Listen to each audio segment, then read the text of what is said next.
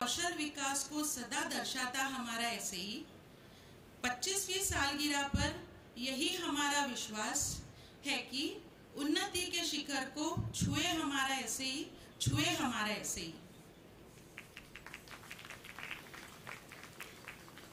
I am sure we are all looking forward to welcoming our chief guest, Honorable Shri Nitin Gadkari ji, Minister of Road Transport and Highways of India, who will be joining us shortly into the program. Success begins with prayers. Let us offer our prayers to Goddess Saraswati. Let us join our hands for Saraswati Vandana by Mansi Mone.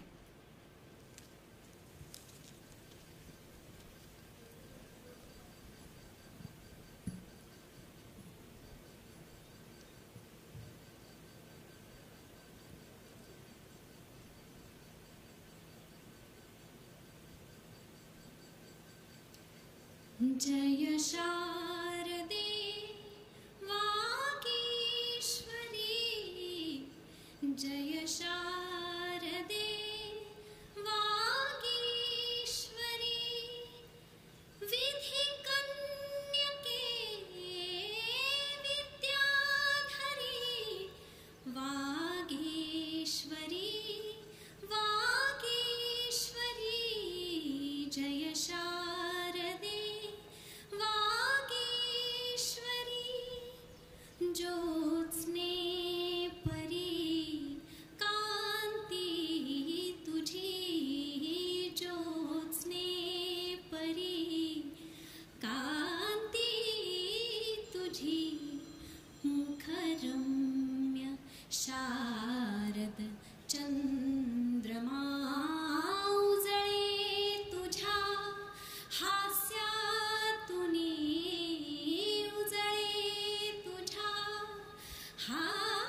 हास्यातुनी चारी युगांची पौर्णिमा, तुझिया कृपेचे चांदणे, तुझिया कृपेचे चांदणे, नितवर्षु दे अमुचा शिरी,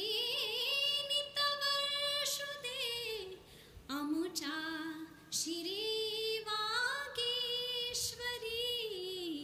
जय शारदे Vagishwari, Vagishwari Vagishwari.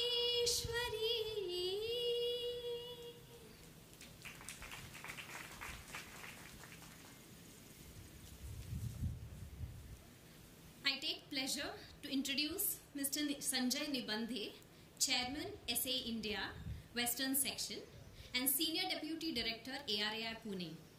He is a visionary leader who has made a significant contribution towards the growth of SAEINDIA.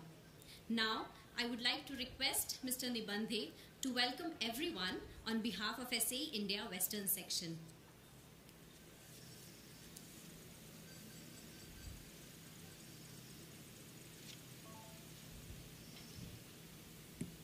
Thank you, Manasi.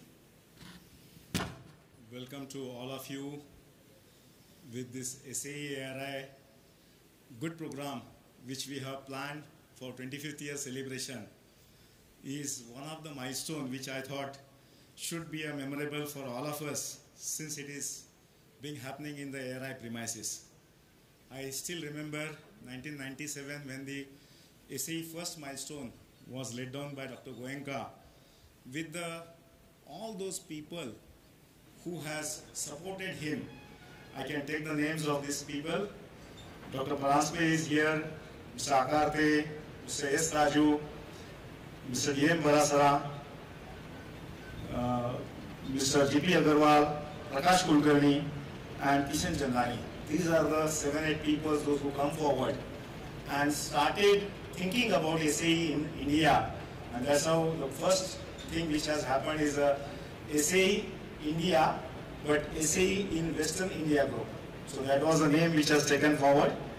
And being ARI is the most supportive member, which is called as a birthplace for ARI and always supported as a motherly treatment to SAE. Many industry leaders who continues to support in the journey, and academicians also joins us in the next level when the Mahasupra has started.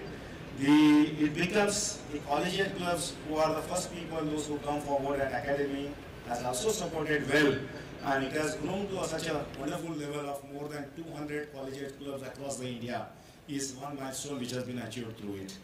There are several events which is known as skill development events, and I think SAE has this monopoly in this skill development area by forwarding these knowledge sessions to the students through Baha, Supra, FE Cycle, Tiffan, and many more events through like that. The growth of section has always progressed well with students, faculties, and industry professionals.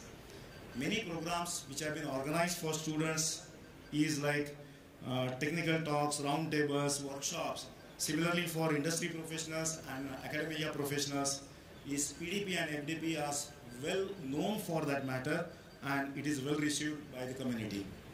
Further, SAE has a very vast dream and vision about it.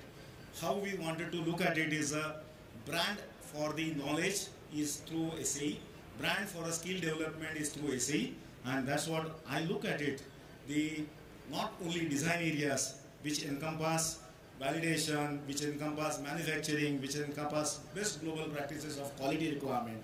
All those things will prove India as the brand for the manufacturing as well in future. So I wish that SAE also takes a bigger role in manufacturing segment.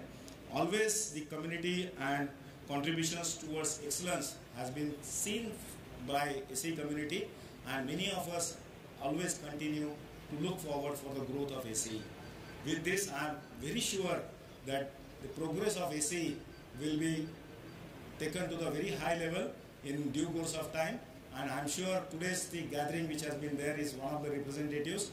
Good news is that today this is getting live telecast for all of us in across the India, so everybody is looking through that online YouTube channel, and that's the news which we are trying to spread to the world, that SAE becomes a very, very good brand ambassador for knowledge dissemination and as well as the skill development. With this note, I would thank you and hand it over to Manasi Mone. Thank you. Thank you very much, and thanks for all of you joining here. Thank you, sir. Now, I would like to introduce Mr. Venkat Raj, Deputy Director General of SAE India, fondly known as Venki. Mr. Venkat Raj has been associated with SAE India for more than 15 years. He is responsible for maintaining a professional relationship with SAE International and other partner organizations connected with automotive, aerospace, and off-highway industries in India. Now, I request Mr. Venkat Raj to please share with us the inception and background of SAE India.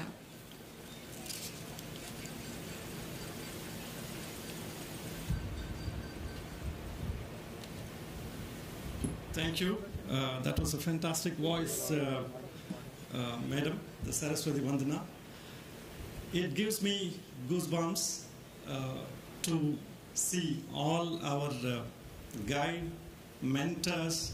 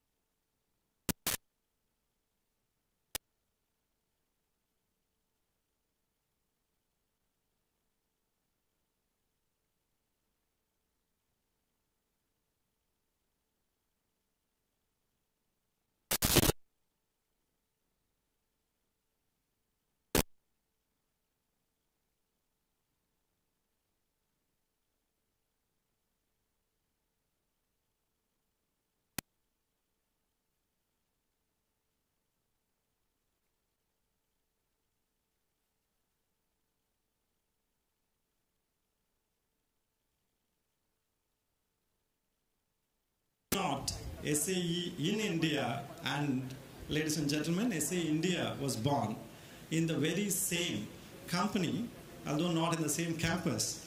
So we consider ARI Kothrood as a birth cradle of our society. It deserves an applause. Thank you, ARI, for continuously supporting SAE India. In fact, I'm very, very glad to note that Manohar Chaudhary ji was the first convener for 1985 and then 1996. The SEAT logo was designed by him. And there are many, many silent performers in this bundle. You know, I can acknowledge more than 20 who have contributed immensely to the progress of our society. Very quickly, because the time allocated is about 5 minutes, I wanted to tell you that we have progressed through all spheres. Whether it is signing up MOU, having an understanding with international bodies, or instituting iconic student competitions for the country and for the world, or instituting technical conferences in various trending topics of automotive, aerospace, and off-highway. I think we have scored quite a lot. Yes, the pie, the market is more. Over 600,000 mobility practicing engineers. We probably have 10%, less than 10% of that. So miles to go.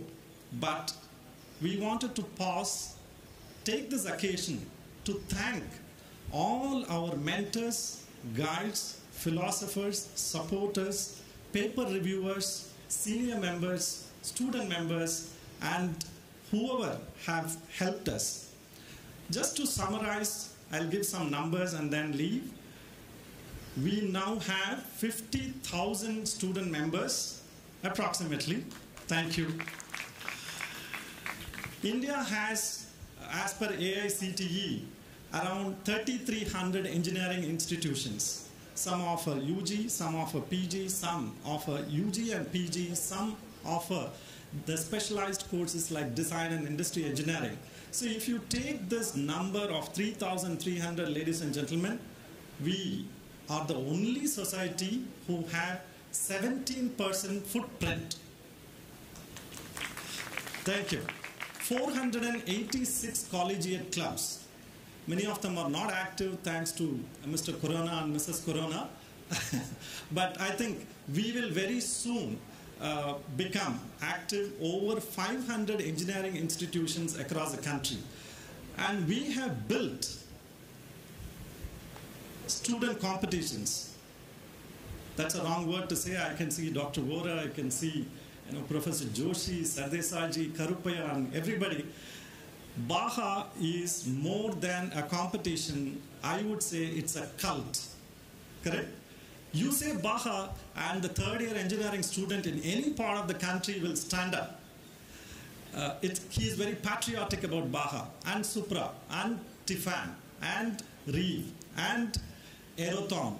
I think for all sections of student community, this society with all your help have built, we have built fantastic, iconic events. This is as far as students is concerned. Coming to the technical professionals or practicing mobility engineers, we started off with IC engines. I can remember Mr. Prakash of Ashok Leyland or Mr. Maratheji, or I can pick up names from Maruti, ICAT, Manesar, ARI, and so many, FEV, and many of them have supported us. So we have instituted annual conferences, biannual conferences, conferences which are very specific. In fact, in the last 4 years, under the leadership of Dr. Bala Bharadwaj and Madam Rashmi, our president, I think our society has seen a lot of progress, a lot of process compliance have happened. So in the last 8 months, ladies and gentlemen, we have executed 8 technical conferences in the new trending, the in thing or hot areas. We have done probably the first society to do a 5G conference, urban air mobility conference, hydrogen and gas mobility conference, functional safety conference, and so many. We have a couple of others in line. We wanted to do electronics conference. We want to repeat Simcom WEC in Pune sometime next year or 2024. And we do have the 10th edition of the Mobility Congress, which is going to happen in October 12 to 14. I can see Dhananjay, our OC chair here. So it is happening. As far as practicing mobility engineers are concerned, I wanted to take another 30 seconds on the PDP, Professional Development Program.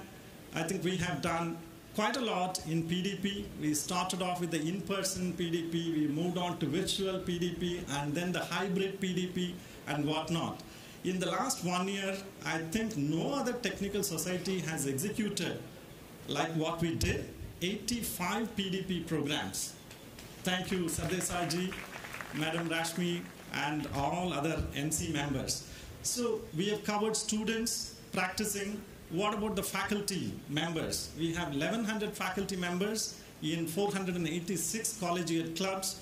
So this society has gone through a transformation in the last 25 years. Yes, we did have the hillocks, hills, and valleys like any other society. But there are three things which is undoubtedly true only to SAE. And I will finish with that. One, financially, we are really, really well off thanks to the financial prudence of several leaders like Mr. C.V. Raman, Madam Rashmi, Dr. Bala, Dr. R.K. Malhotra, the former chairman of Indian Oil, and many other leaders have contributed. So I think we can proudly say we are comfortable. We are a self-sustaining society. Number two, I think SAE India, the mind recall is pretty high when it comes to mobility fraternity. There is no other society, I don't want to name them, I don't think like SAE India do. No other society has a mind recall and the pride. So thank you. I think that is the second thing.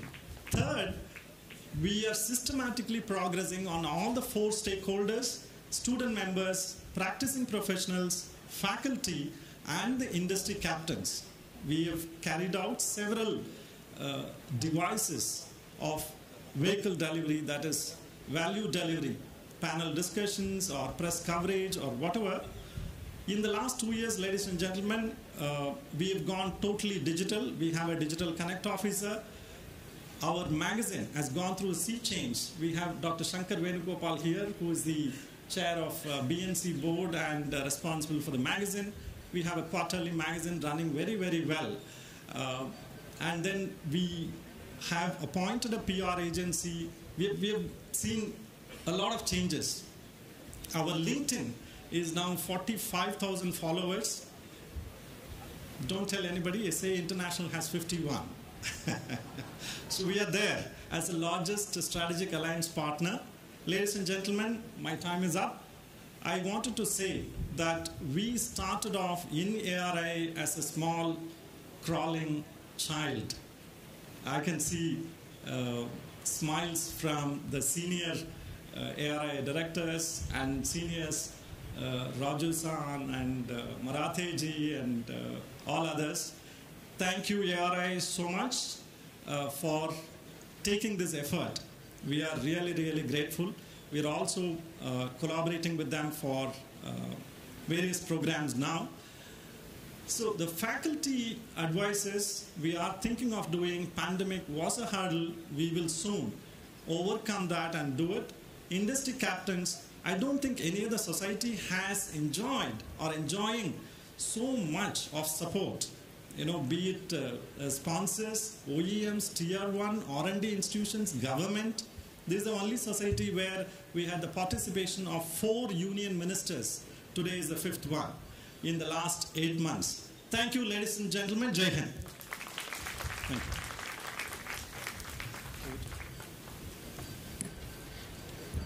Thank you, sir. That was a great vision. With this strong foundation and great foresight, this organization was formed.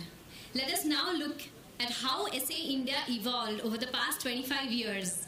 From Mr. Narahari Wagh, Secretary, SA India Western Section.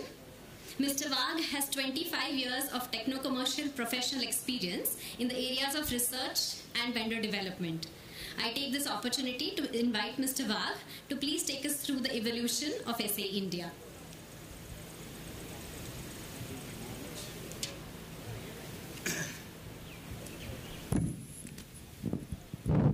Thank you, Mansi Madam. Standing and talking in front of an August gathering like this, भीती असते मनात वाघाची शिकार तर होणार नाही ना. Anyway, I know this is a tame tiger, not harmful, so no issues. On behalf of SA India and SA India Western Section, the Governing Board and Management Committee, I am Narahari Prabhakar Wagh, welcome you all once again for this August gathering, and we are celebrating 25 years of our journey in SA India. So dear friends, mentors, colleagues and my patrons, SA India, this is an enjoyable journey for 25 years, and those who have sown the seed of this SA India in 1997, we are here to celebrate the growth of SA India for the last 25 years. क्रिये विना वाचाळता व्यर्थ आहे, क्रिये विना वाचाळता व्यर्थ आहे, हल्ली वाचाळतेलाच अर्थ आहे. क्रियाशील व्यक्ती गर्तेत आहे, वाचाळ व्यक्ती मात्र चर्चेत आहे. पण before 25 years, situation was exactly different. There were no वाचाळ व्यक्ती, there were only doers, and our all predecessors deserve a round of applause for that. Thank you very much. It is my privilege to present this journey of 25 years in 5 minutes. I was given 300 seconds earlier, but then they have reduced it to 5 minutes. So I will try to finish it within 5 minutes. If I extend it a little bit, please pardon me. When you travel on the highways with an extraordinary speed, then you miss certain things on the roadsides because you have to focus on the road. So there you will miss so many things because I could not capture all these things in 5 minutes. And these 5 minutes are very crucial for all of us. How SE has grown, how much effort has been put in behind the scene, that you will realize, and I will take through that journey only because so many things are there which cannot be put in 5 minutes. So I request Sagar to please present the journey of SA India. I express my sincere gratitude towards our predecessors for sowing the seed of SA India 25 years ago. They also taught us that devotion to duty is not sacrifice. Devotion to duty is not sacrifice, it is the justification of your existence in this world. So wherever you are, किसी चिराग का अपना मकान नहीं होता, जहाँ जलता वहीं रोशनी देता है. Similarly, wherever you are, whatever you are doing, don't think that I can't contribute. You are the contributors, and those who are gathered here, they are definitely the most contributors to this journey. So this is the journey of evolution of mankind, and so ours is also evolution also. So this is, I will take it through this journey from 1994. This is not formed in 1997, but the journey has started in 1994. You can see the highlighted points. I will not take much time because it will take some time to explain it. I will not go through that. So it is from 1994 to 1998. There are some highlighted events. MIT Pune was qualified to be the first collegiate club. Give a big round of applause to Professor Roshi sir. So there are so many other events also. I will not go through that.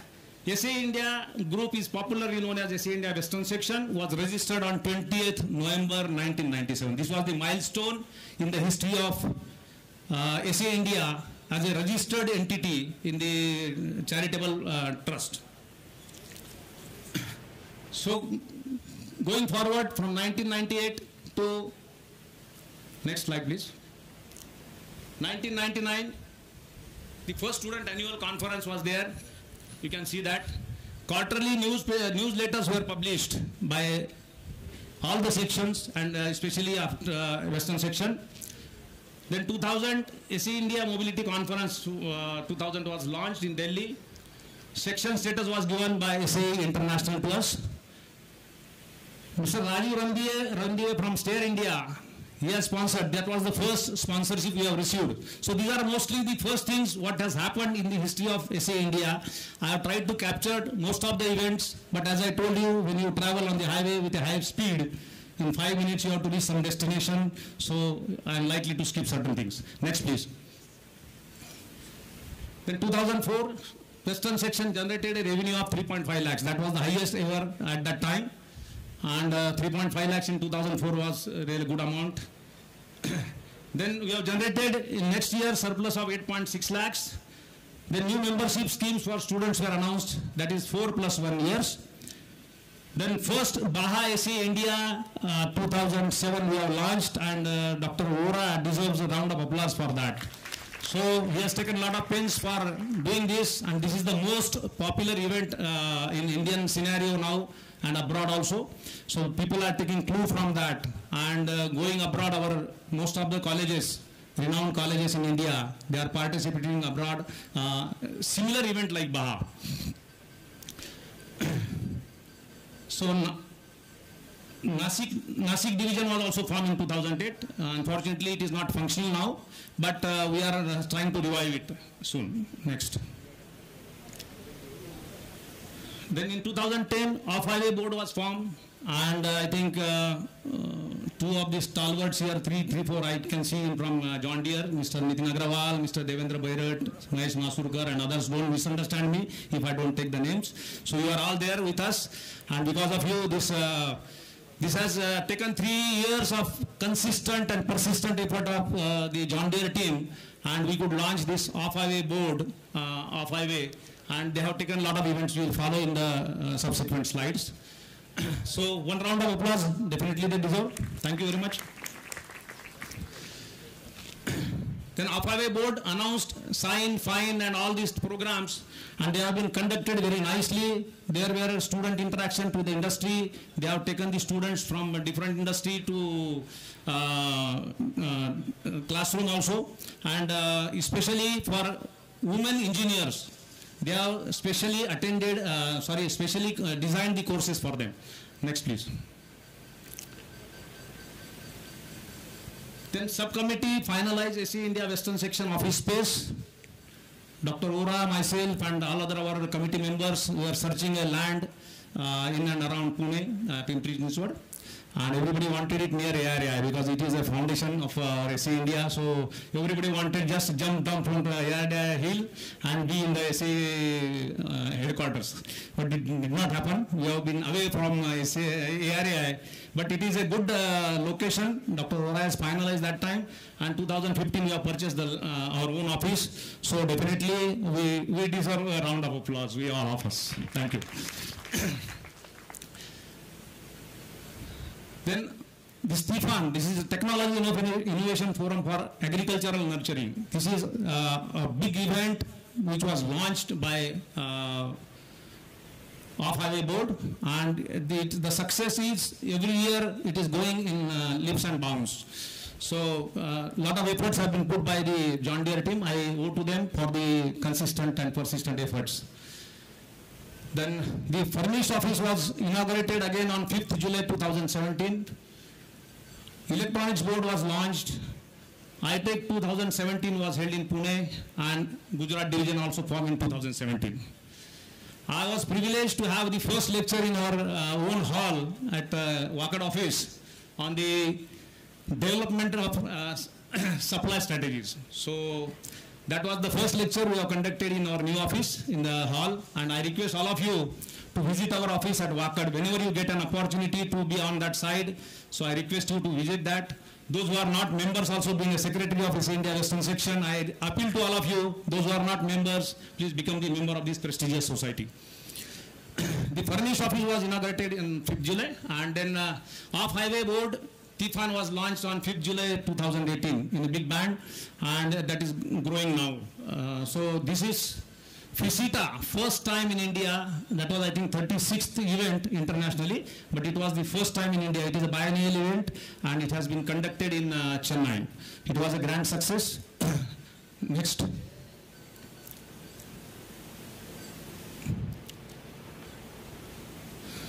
Sir, next. Yeah. SAE India Aurangabad division was inaugurated. The speed of SAE India is increasing. We have few divisions added, few chapters also we have inaugurated in the last 3-4 years. Then 2020, the webinar, this pandemic, as Venkat has already said it, but we have taken this difficulty as an opportunity, and our honorable chairman, Mr. Sanjay Nibandhe, drive it so hard that every alternate day there was to be some event, online or offline. So the online platform was very much used in these 2 years, and this pandemic was used as an opportunity. Thanks to Mr. Nibandhe for driving this. Navi Mumbai chapter was formed in 2021. More than 60 webinars with 100 sessions we have conducted in this period. Mumbai and Nagpur chapters, another Mumbai and Nagpur chapters were formed in 2022. And all we are waiting for the concluding session of this Silver Jubilee year in November 2022 at headquarters Chennai, if I am not wrong. So I invite all of you once again there for the concluding session. And next is, I will just peep through the events very quickly, what has happened in last 25 years. So these are the last 2 years, you can say, balance sheet. Colas of various activities were 25 years in subsequent slides. I will show you in next 2 minutes, I think. Next. So these are the glimpses of our annual session. Next. This is the glimpses of Master Teachers Training Program, MTTP we call it. It is for AWIM. Next. This is AWIM Nationals. We have been conducted for last, I think, 10-11 years. This is for 5th and 6th standard, and we have added it for the 7th standard now, glider. This is glimpses of Baja. Though it is written as BAJA, people mostly call it as Baja, but it is spelled to be as Baja. Next. Next. Next. These are the student awards, expert lectures, courses for students, expert lecture for professionals. Membership drives, we have continued it, and we get a lot of support from our industry friends. Merger of IAE with SAE, the MOU was signed on 10th January 2002. Next.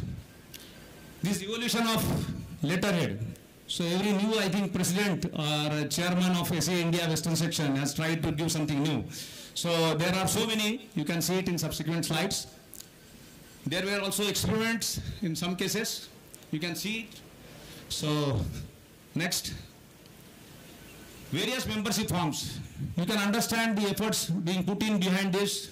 Different colors, different contents, all these things were designed and put to the use by our predecessors. We owe to them. Next.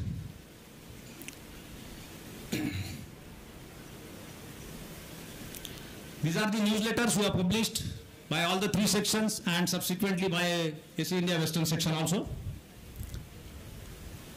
Next. This is the credentials of half-highway board, educational meet, sign certificate, sign highway sign, fine, etc. Then these are the photographs of project competitions for college students. This is the first muster of SAE India in 1997, in which it was officially formed. It was handwritten, all these things, and subsequently we have shifted to the typing and all these things, computers. Thank you very much. Top tech brochures, it is evolved over the period of time. Seminar brochures, seminars on relevant topics towards self-reliance. Brochures for Tefan, technology, one sec. Technology Innovation Forum for Agriculture Nurturing. This John Deere team has really put in a lot of efforts. The purpose of that initiative was towards bringing the youth closer to the agri sector. Now we are running away. Everybody wants IT job in AC cabin with a white collar. So who will work in the field?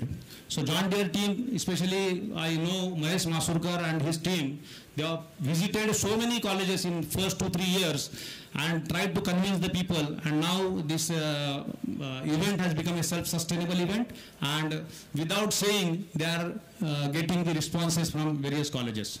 So thanks to John Deere team. Next. This is the growth path. 2019 we had a 60,000 plus members. Due to pandemic our student membership has gone down, but that doesn't matter. Next 2 years I'm sure we will cross these hurdles. Next. So these are some events for students, engineering students, professionals, academia, then our industry friends. Next. These are some mega events we have conducted. So everybody will agree to this. It is our responsibility. Whatever we have done in the past, we should not repeat it, and we should respect the nature. We should conserve the nature. So you might have seen the red carpet instead of red carpets, we have put in green carpets. So there was a joke. One builder was coming and chopping up the trees. So people have objected to it. He said, "Don't worry, I will not spoil the greenery of this place. I will paint all the buildings with green colors." So we don't want that. We want trees and other things, not the buildings. Next. So Gangotri of SAEINDIA has started in 1997 with a small beginning, humble beginning, and it has gone to Haridwar now 25 years, and we have to go a long way to the delta of Ganges. Next. So dedicated to all who have contributed to this wonderful and enjoyable journey of SAEINDIA, including our office support always. This is very important. Through 3 T's, that is treasure, talent and time. Those who had money, they have spent initially, I have not mentioned it, but you might have seen in our presentation. Initial members, they have contributed 100 rupees at that time to meet their daily expenses. So this is how this journey has started. And now we have definitely, as Mr. Venkat has mentioned it, financially we are definitely not very strong, but we are sustainable. Evolution continues. The journey took 25 years for us to be here in front of you. Thank you very much for your kind attention and patient listening. I will conclude my journey of 25 years by Sanskrit Subhashit, and I conclude this with this Subhashit. Amantram aksharam nasti, nasti mulam anaushadam, ayogya purusho nasti, yojakas tatra durlabha. All of you are all leaders who had foresight, visionary leaders. They have led this SAEINDIA Western section and SAEINDIA as a whole, and we are proud to be part of SAEINDIA. So I conclude with my salute to all of you. Thank you very much. Thanks a lot.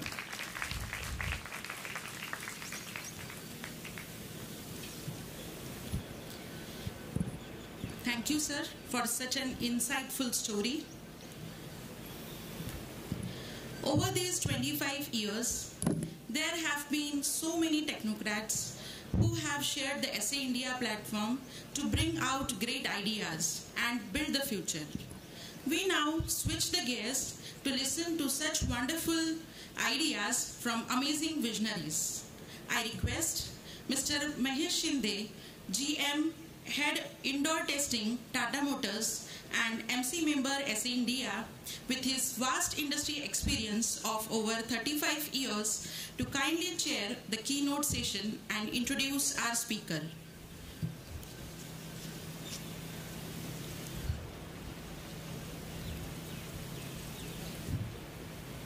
Thank you, Archana. Very good morning to all. I know we are running a little late, but we'll try to make it up, so please bear with us for that matter. We have changed the gears, as Archana said, because we have been seeing the journey of SAEINDIA and SAE Western section. But let's deep dive into the technical session. I know if we count the collective experience out here, it must be around 1,000 years. But there is nothing wrong in sharing the knowledge. So can I welcome and call upon Mr. Vijay Sharma on the dais, please?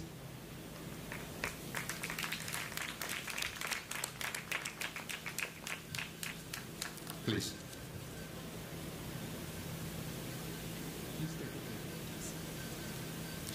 In the meantime, I'll introduce Mr. Vijay Sharma. Most of us know that he is the managing director of FEV India. He started his career as a project engineer in FEV Germany, and now he is heading FEV India. Basically graduating from MIT Jaipur and then doing his post-graduation from IIT Delhi. But most importantly, what he has done is that he has researched on a topic of lean burn combustion on CNG engines from Aachen University, Germany. And taking that forward, he is in the process of crystallizing a development center for not only the academic area but also for the engineering area, wherein he is building a competency center in terms of software, in terms of engineering, in terms of vehicle engineering, just to make sure that the knowledge is transferred from one point to multiple points. So please welcome Mr. Vijay Sharma and take the dais, please. Thank you. Thank you, Mahesh, for this wonderful introduction. Let me share my thoughts on automotive challenges and potential solutions in the Indian perspective. So, what I'm going to talk for the next 20 minutes about the trends into automotive industry and the associated challenges for automotive industry and recommended solutions, and we conclude this together. So if we talk about the mega trends into the automotive industry, so one topic is now there is more thrust on the clean fuel combustion engine technology, and hydrogen combustion is one of the topic which is getting more and more momentum. Beside this, the hydrogen fuel cell and e-fuel are also getting into applications. Second topic is battery electric drive, and we all know that there is a strong focus on the battery topic nowadays in terms of chemistry, in terms of design, and in terms of more and more proven validation techniques into that.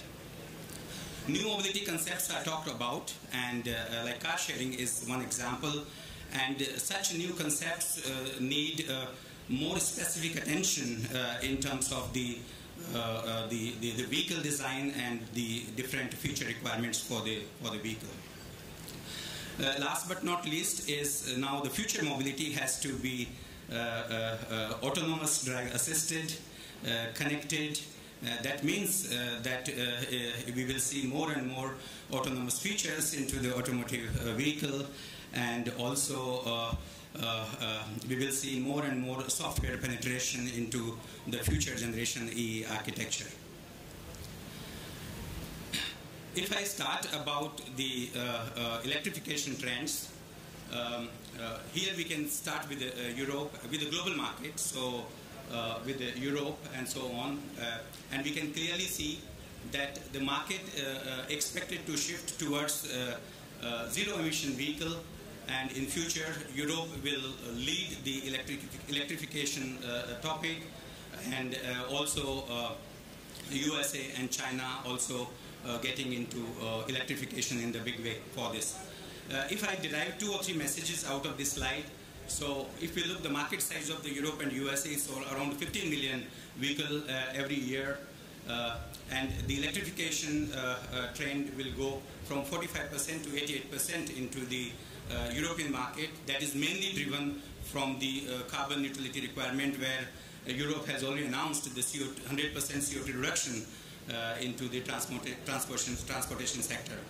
So is for USA, where they already set up a target of 60% CO2 reduction in 2030, and also a couple of cities already have banned that by this year IC engine vehicle will not more be applicable for this. So in USA we expect by 2040, 55% of the passenger sector into the electrification, and China around 62% into the electrification.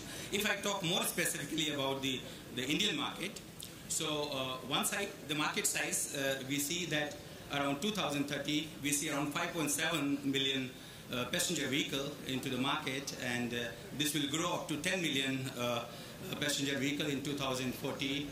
And if we talk about the accelerated scenario, where two major assumptions. So one is EV30 at the rate of 30. That means the India has already endorsed that by 2030, the 30% of the passenger segment will translate into the electrification, and in COP26 summit, where we have mentioned that by 2040, zero emission passenger cars and light commercial vehicle will be registered, and so on. So if we look at that scenario, then almost 30% of the passenger segment will get into the electrification by 2030, and almost 85 to 90% of the passenger segment will get into electrification by 2040. If we talk about the moderate scenario, where let's assume if the infrastructure is not ramping up the fast we are thinking, and battery cost is not coming down faster as thought of, and so on, still there will be a significant trend of the electrification. We can see around 25% of the segment into 2030 and 60% into 2040 for this. I have to admit that I have not included the two-wheeler and three-wheeler segment into here, but there is no secret that the electrification is proliferating much faster into the three-wheeler and two-wheeler, and by 2030 almost 70 to 80% of the three-wheeler and two-wheeler will already get into the electrification for this. If I talk about some of the challenges, so emissions, there is no secret that the pollutants coming out of the combustion engine is a big worry, and that's why a lot of legislations are put in place in terms of BS 6.1 and BS 6.2 to reduce the quantity of the emissions from the automotive. So I will not go into the detail, but we know that carbon, because these pollutants have impact into the climate as well as on the human health and so on, and especially the carbon dioxide is the major propellant for the global warming and many health issues. So is carbon monoxide for the ozone depletion, and similarly particulate matter for acid rain, soil degradation, and many health issues and so on for this. We already talked about the carbon neutrality, and we can see that various markets has announced their roadmap for the carbon neutrality, and here are some of the examples, like by 2030, most of the countries have set up the target for the CO2 reduction.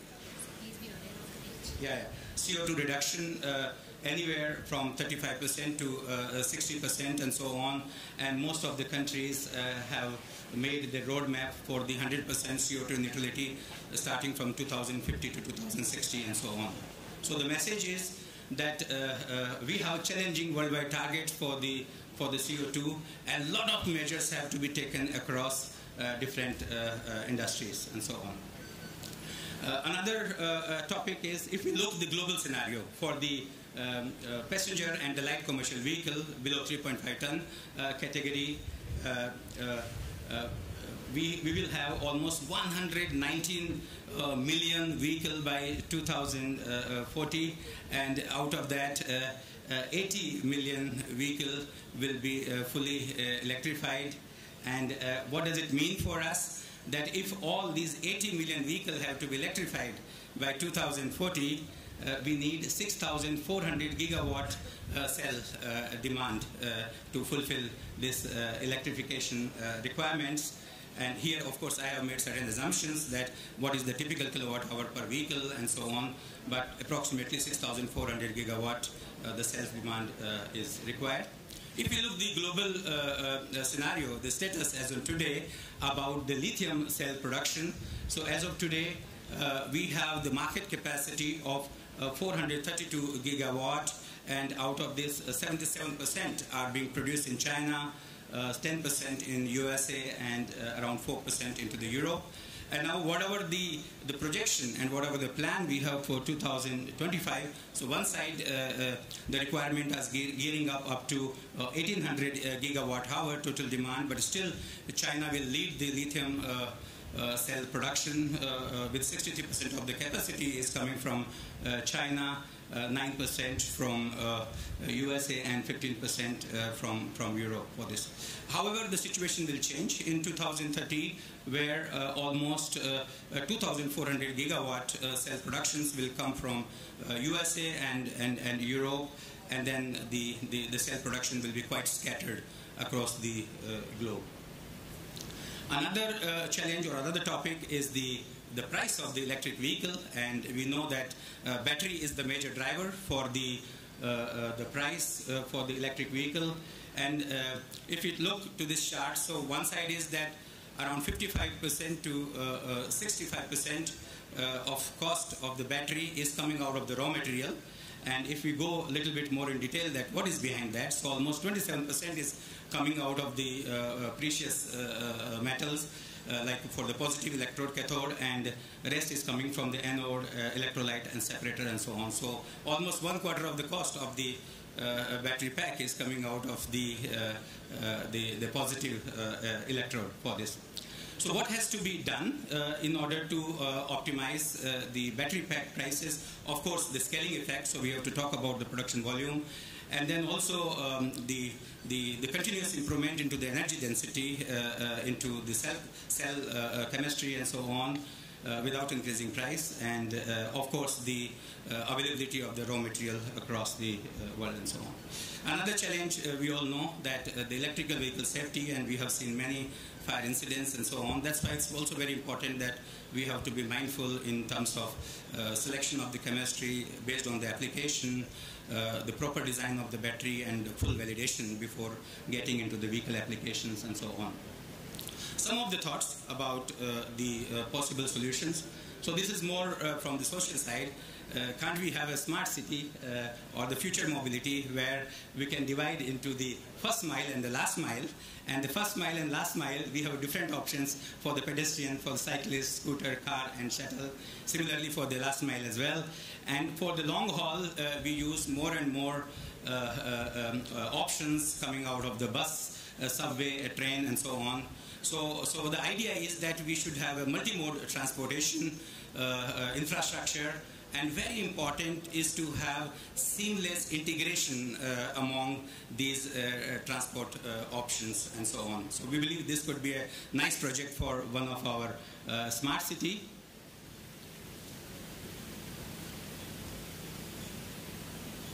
Yeah. Another topic which I mentioned earlier, the hydrogen combustion engine, and here if I give an example that the conversion of the diesel engine into the hydrogen and natural gas engine to the hydrogen is quite possible, and in fact many projects are in progress, even including in India. And if we talk about the conversion of the diesel engine into the hydrogen engine, we have to talk about the material change into the piston, wall, seat rings, and also we have to optimize the compression ratio to get the full advantage of the hydrogen fuel. Of course, we have to change into the ignition system, so from the compression ignition to the spark ignition system, and we also have to optimize the complete air path to accommodate the hydrogen fuel supply and injector system into that for this. Also, we need the optimized EGR system and also the optimized turbocharger for the hydrogen application, and we need a control software and control system which can facilitate the entire hydrogen combustion control and so on for this. And if we compare the efficiency, the peak efficiency and cyclic efficiency with respect to diesel engine, it's not far away. Yeah, it's very close to that can be achieved. And if we talk about the natural gas engine, that is relatively easier because it's already a gaseous combustion and spark ignition is available. So while changing the piston material, optimizing the combustion ratio, optimizing the intake path to accommodate the hydrogen supply, as well as optimizing the turbocharger and so on is quite possible. And hydrogen engine has an advantage in terms of the efficiency with respect to the compression natural gas engines. And these are some of the examples that India is not the only one, but across the globe, a lot of companies are doing multiple engine programs on the hydrogen combustion engine, mainly coming out of the commercial applications and off-road applications. And both the options are available with port fuel injection as well as with the direct injection. Some of the demonstrator vehicles are already on the road in the application, and some of their plan in 2020, 2023, and 24, and so on for this. So we believe this is one of a very good option for the future powertrain. Another option, we can talk about the synthetic fuel, and imagine the situation that we have the electricity out of the renewable. We are producing the hydrogen via electrolyzer from water, and then we are using the CO2 sources, which we consider as an emission, and with the chemical synthesis we are developing this dimethyl ether, and we know that this dimethyl ether is not toxic, is not very harmful for the environment, and there are no carbon to carbon bonds, so no soot production. And also it's the smallest ether, so very efficient into the production. Storage is also quite okay. With the 5 to 8 bar, we can store this as a liquefied gas and so on. I think the only disadvantage is the lubricity. So that means we have to use either some additives or lubrication, especially for the high pressure pump in this. We talked about the cost of the battery pack, and here is the roadmap that the future looks very promising. And if you look at what the battery pack price we had in 2020 and what we have today, what we expected to have this in 2030 is only 60% reduction. So it's a significant reduction into the battery pack cost. And like today, it's around 125 to 130 euro per kilowatt hour at the pack level, and in 2030 it is expected in the range of 55 to 80 kilowatt hour. And one of the reasons for this range is that out of the battery pack design, I think many of the aspects of the battery pack can be transferred to the vehicle, especially the crest structure of the battery pack can be transferred to the vehicle, and this can help you to optimize the battery cost into this. Okay, and I believe we don't have to worry about the raw materials, so I think there is a sufficient raw material available for this is an example of the lithium raw material, and with Chile, Australia, Argentina are the locations where multi-tons raw material is available. Next. Similarly for the cobalt, I think of course the Congo, Australia, Indonesia are the leading country, but we believe that cobalt is also largely available, and every year if you look, then the reserves quantity are continuously increasing. Yeah. Next. If we talk about the chemistry, especially different chemistries for the battery pack and so on, so I'm specifically targeting here too the NMC and LFP. And NMC is mainly selected for high performance application, where the specific energy is one of the criteria for the NMC chemistry selection.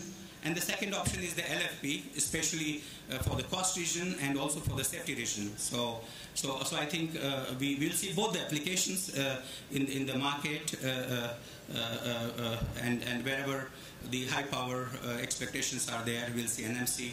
And wherever we see the reasonable power expectations and range, we will see the LFP application into this. Yeah.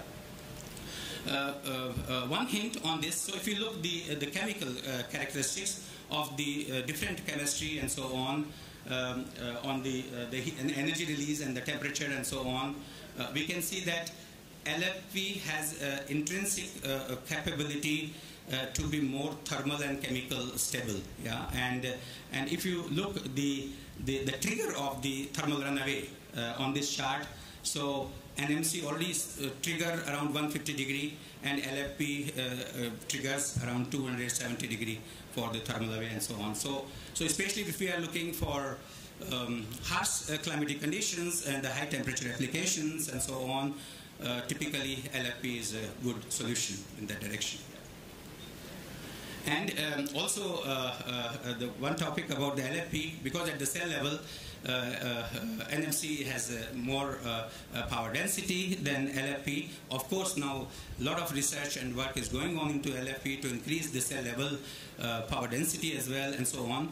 But that is not the only point. But if you look, because of the stable chemistry and higher power or higher volumetric efficiency during the integration, this difference into the power density at the cell level can be minimized when we are getting it to the pack level and so on for this. So I think that's also another advantage, that if we compare the efficiencies at the pack level and so on, we can bring them both the options or both the approaches quite closer for this.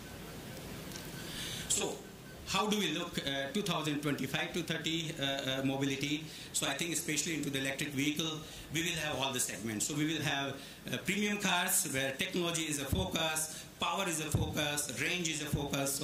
So vehicles will be available with 900-kilometer range and so on. Mid-sized mainstream where the mass market will be there. We have to talk about the range of 400 to 600 kilometers and so on.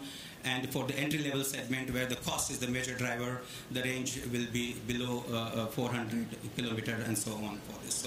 So I think based on the drivers, the technology can be selected and so on. But all these options will be available. Yeah. Next. Yeah. So how we have to achieve this? I think with the cell and pack level energy density and for the system integration, all these options have to be realized. Yeah. Next.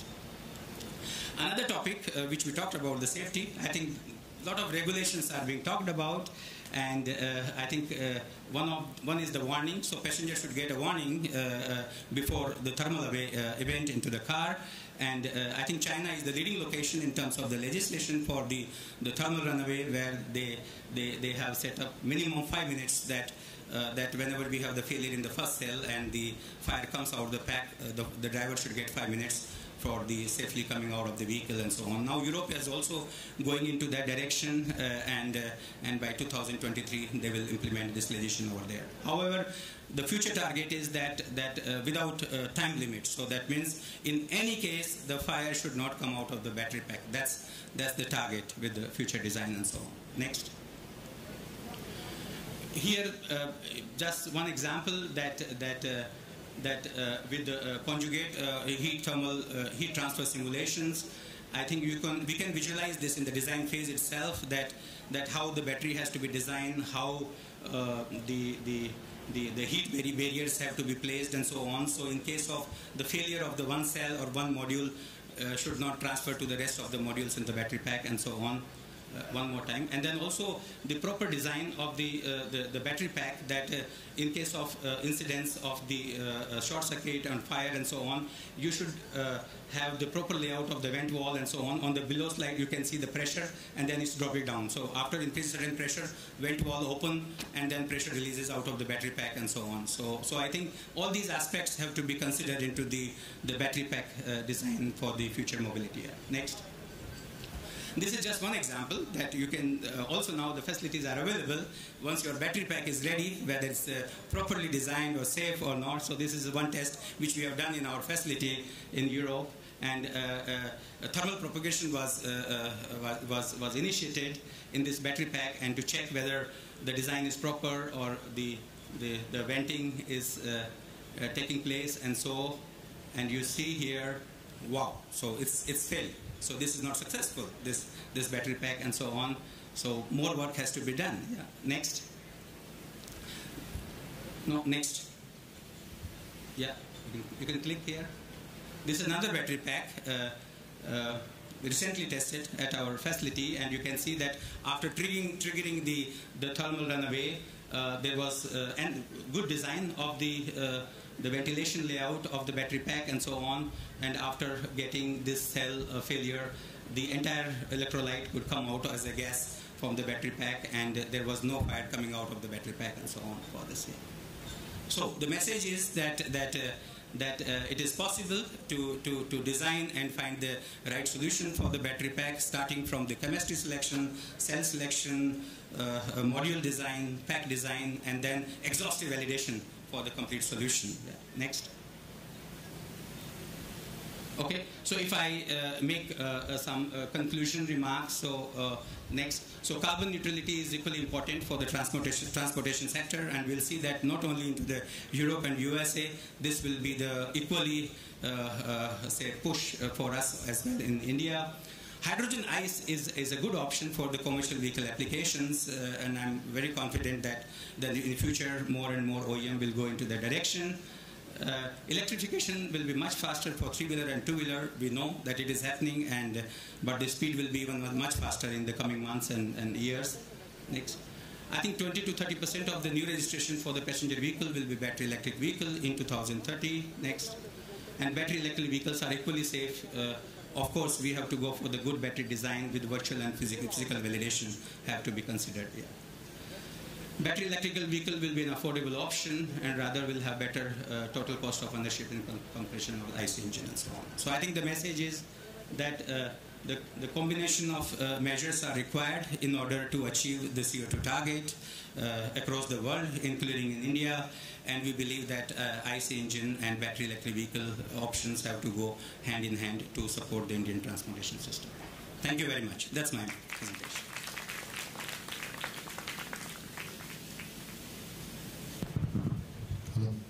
Yeah, thank you, Vijay Sharma. Please have a seat. I think he has covered very interesting and informative subject, and I'm sure there will be questions. With the paucity of time, we can take one or two quick fire questions if audience are having. You have covered from, let us say, the global perspective of the market for the batteries, for various technologies, including the kind of skill sets that you will need, right, from electrification, connected and all those things. But I think we should also look for the core engineering skill set to be enhanced or associated with those SES, we call it as electrification, shared mobility, safety, and associated later on with ADAS or for that matter autonomous vehicle. You also talked about what are the constraints in terms of the cost, constraint in terms of technology, and then you provided the solution for addressing those kind of things. So thank you very much. It was very informative. Do we have any questions from audience? Otherwise, I have one question. You said that the cost of the battery is coming down from 235 euros to 80 euros. I'll take it. 80 euro and dollar is not much different now. It is very difficult to bring down the cost below or sub $100 or let's say 90 or 80 euros, because most of the lithium mines are controlled by China. Though the production of the battery is elsewhere, concentrated elsewhere, Indonesia, Australia, Congo, being cobalt and lithium sources. Do you really think that it will come down below 100? And if so, how?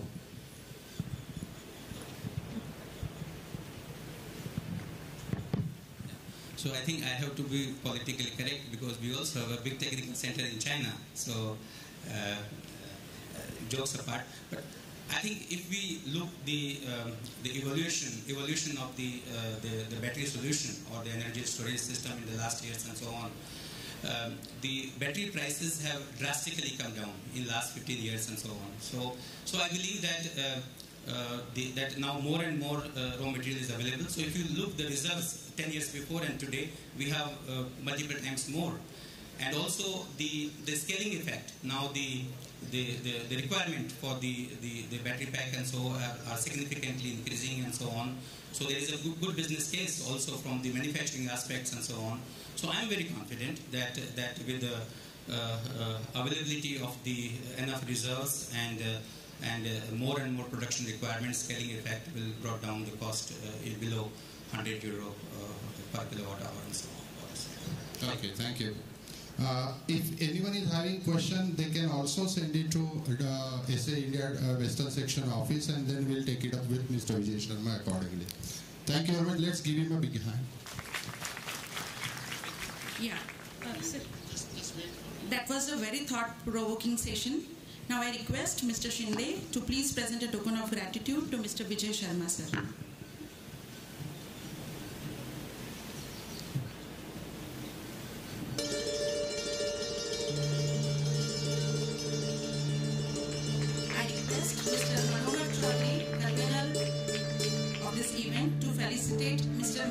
this.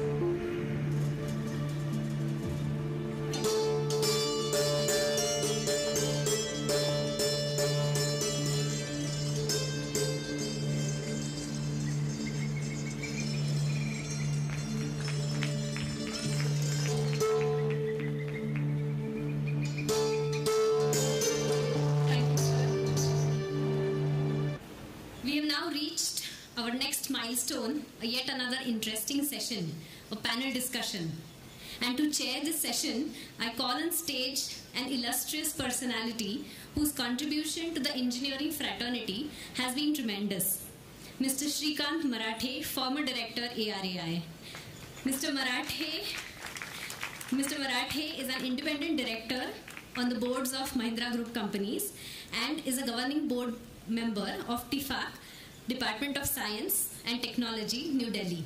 He is associated with SAEINDIA for several years and contributed as chairman of Western Section and president of SAEINDIA.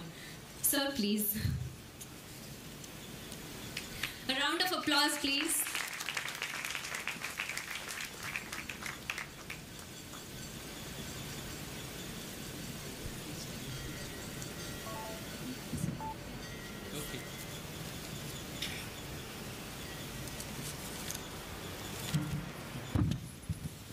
Good morning, everyone, and thank you, Mansi, for the introduction.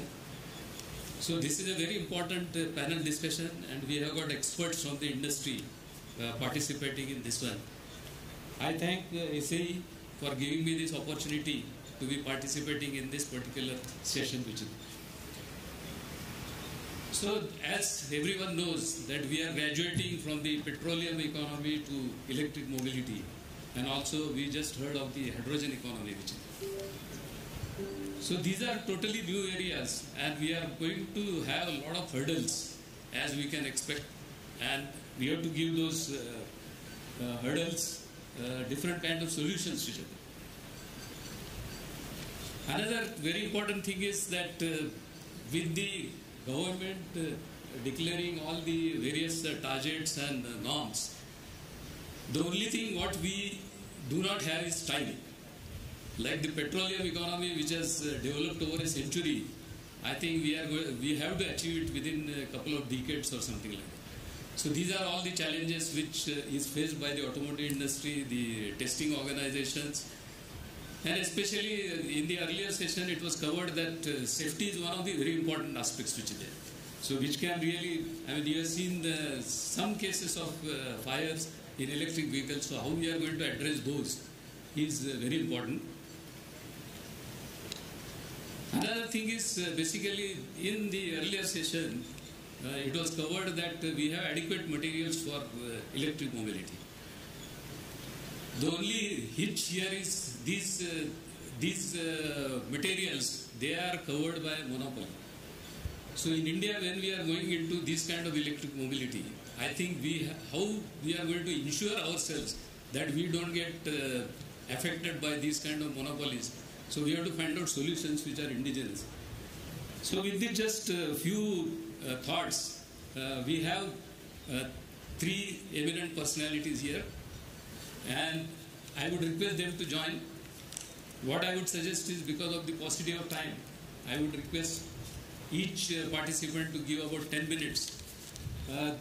Some idea of what their organization is doing, how they are going to get graduated into electric mobility. And here one thought comes to my mind is basically, we have seen in the earlier presentation simulation. Now when we have to crash time from a century to a couple of decades, I think simulation and the accuracy of simulation is extremely important. So how we are going to simulate the battery performance, the safety and other things. So I would request these panelists to cover what they are doing, what their companies are doing, and how they are going to, how do they plan to get into this electric mobility and also hydrogen economy. So I would like to invite the panelists, Mr. Girishwaq, Mr. Pawan Kumar Bagaria, and Mr. Manish Pant on the dais.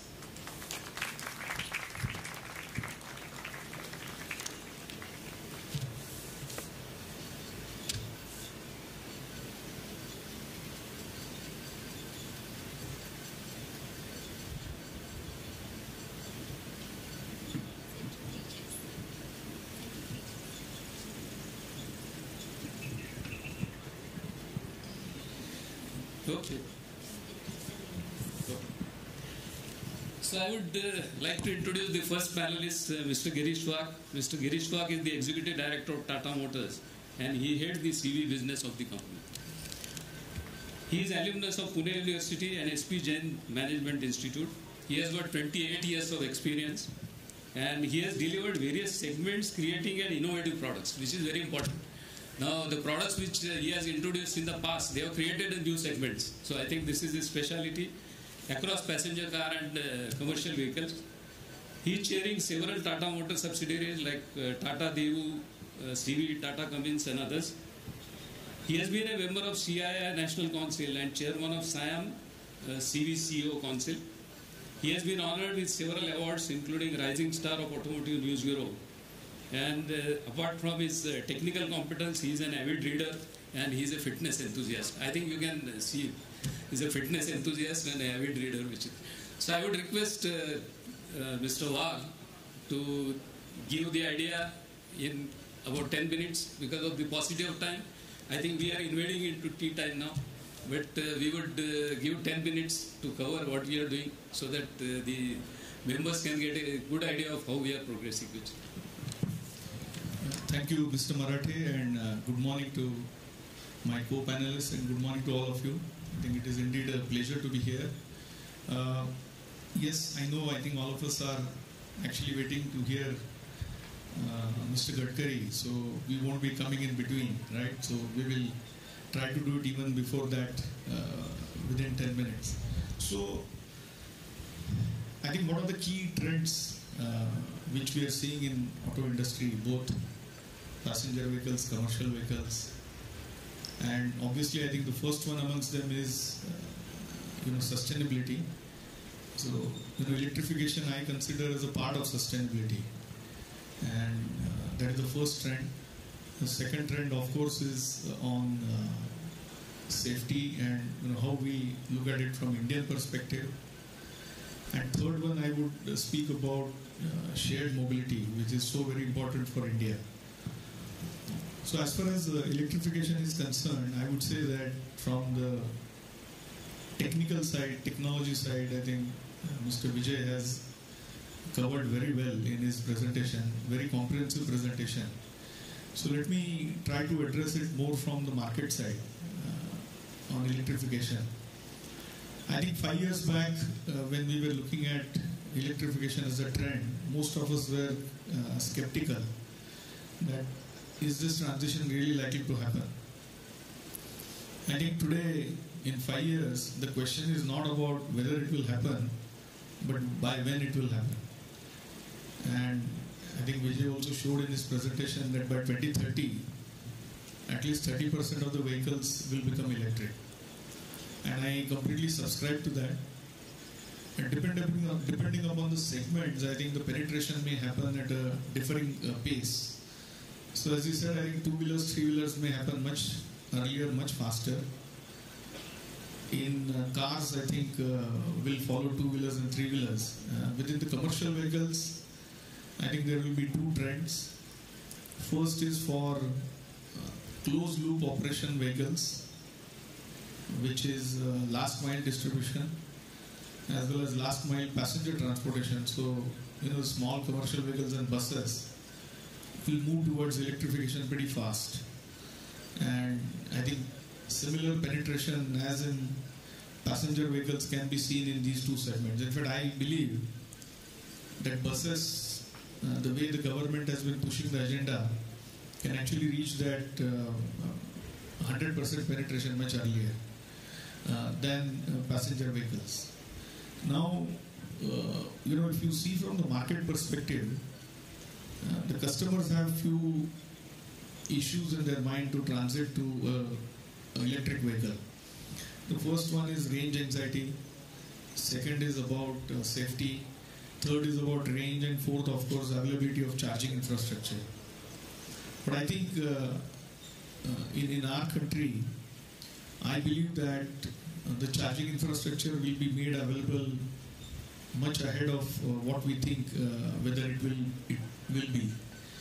And as far as range anxiety is concerned, with the development of technology, I think that should be a matter of past, and in fact Vijay presented that cars will reach a range of 900 kilometers. And you see for buses, we have already started talking about a range of 300 kilometers. And when you are operating in a closed loop operation, you can use opportunity charging also. I think range, in my view, won't be an issue at all.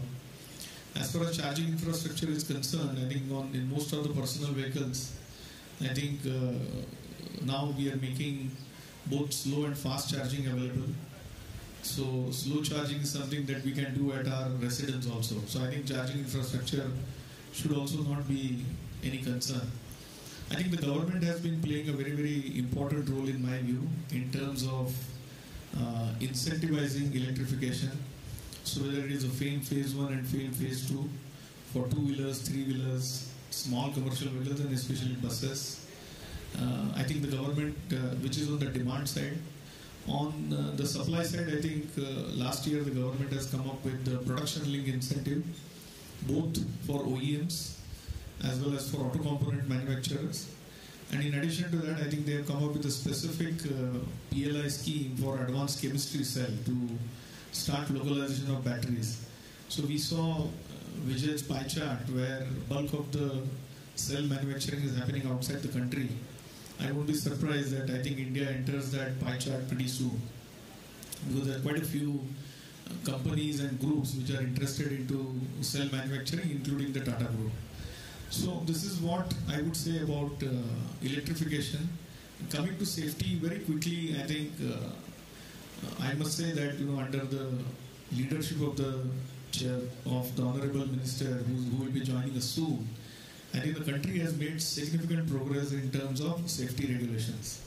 And this is not only on the passenger car side, I think even on the commercial vehicle side, there has been a good progress made on safety. I would say, in the megatrends, we always speak about autonomous as one of the megatrends. And I personally believe that autonomous needs to be customized for Indian requirement to give more and more features on active safety and see how we can start avoiding accidents. I think today the number of accidents and road accident related deaths are very, very high in the country. And I think all technology fraternity need to use their knowledge to customize the autonomous technologies and not necessarily get into level 1, 2, 3, 4, 5, but deliver specific solutions, especially in the area of active safety, which can reduce the accidents and accident-related road deaths in the country. So that's on safety. And finally, I think on shared mobility, that's also a very important megatrend in my view. And while we speak of shared mobility, what always comes to our mind is Uber, Ola, and the way they aggregated the passenger transportation, personal passenger transportation. But I think equal amount of revolution is happening in mass transit or mass public transportation. And as I said earlier, very fast electrification will happen for the last mile passenger transportation. I think if you see here, the government has been very, very aggressive, and they have come up with not just the FAME phase 1 and FAME phase 2, but in addition to that, I think they also came up with this aggregated tenders for buses for public transportation in various cities. And we've already seen that now the total cost of operations in these buses, electric buses, have already gone below diesel. Right? So, Vijay, you were showing in your presentation that TCO will be lower. And that's something not only in two-wheelers, but even in buses, I think the TCO is seen as lower than that of diesel. And I think this new model of shared mobility in buses, which is about more of own and operate, is a completely different model. Earlier, it used to be the OEMs used to sell the buses to the state transport undertakings.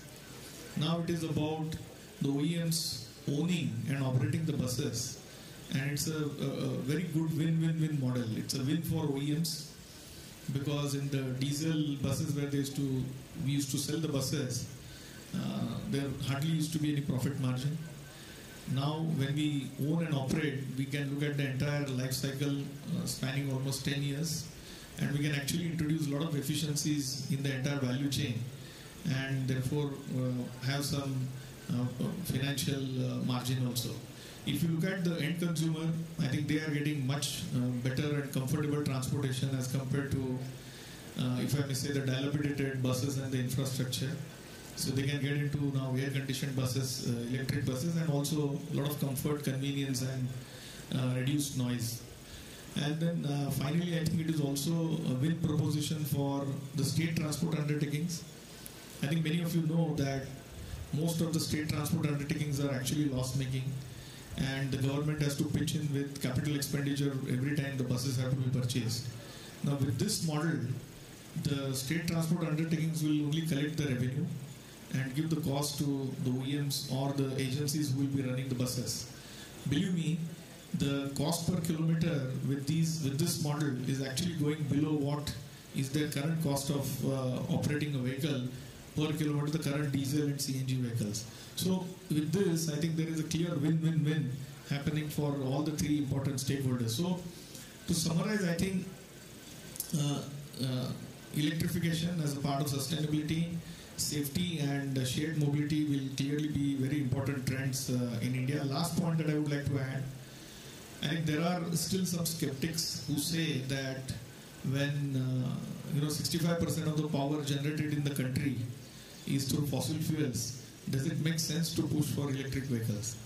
I think let me mention here that the Honorable Prime Minister has already said that we have to become net zero by 2070.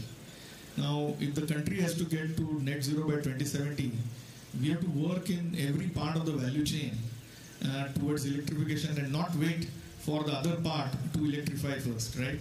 And that's one part. And second is the rate at which the renewable energy percentage has been increasing is phenomenal. I think we have already reached 27% of our energy generation, electricity generation in the country now is renewable. And the target which was publicly announced for 2030 has already been reached at 2022. And now the next target has been announced that by 2030, 50% of the energy or power generation in the country will be renewable. So I think the government has been taking very, very decisive steps, moving very fast. And due to our dependence on other countries for energy, I think energy security being absolutely important for economic growth, I think this hydrogen economy actually provides a very, very good opportunity for the country, and the government will be pushing towards net zero much faster than what it has been announced. And therefore, in that, whatever role we have to play, and here we have to play the role from tank to wheel, and that role I think we are committed to lead and play this role in the entire value chain. Thank you. Mr. Marathi?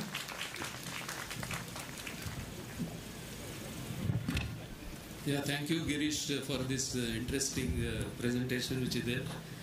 And after listening to you, one of the largest vehicle manufacturer in the country, I think we get confidence that we are going to go into electric mobility and we are going to succeed in that. You have covered sustainability, you have covered the availability of electric energy in future. I think today we are at 142 gigawatt energy is available right now. And in future we are going to go much higher. So there will not be any problem of the availability of electricity from renewable sources. Another thing which you have covered is you have also covered safety, which is a very important aspect. And one more thing which we have covered, which is a total cost of ownership.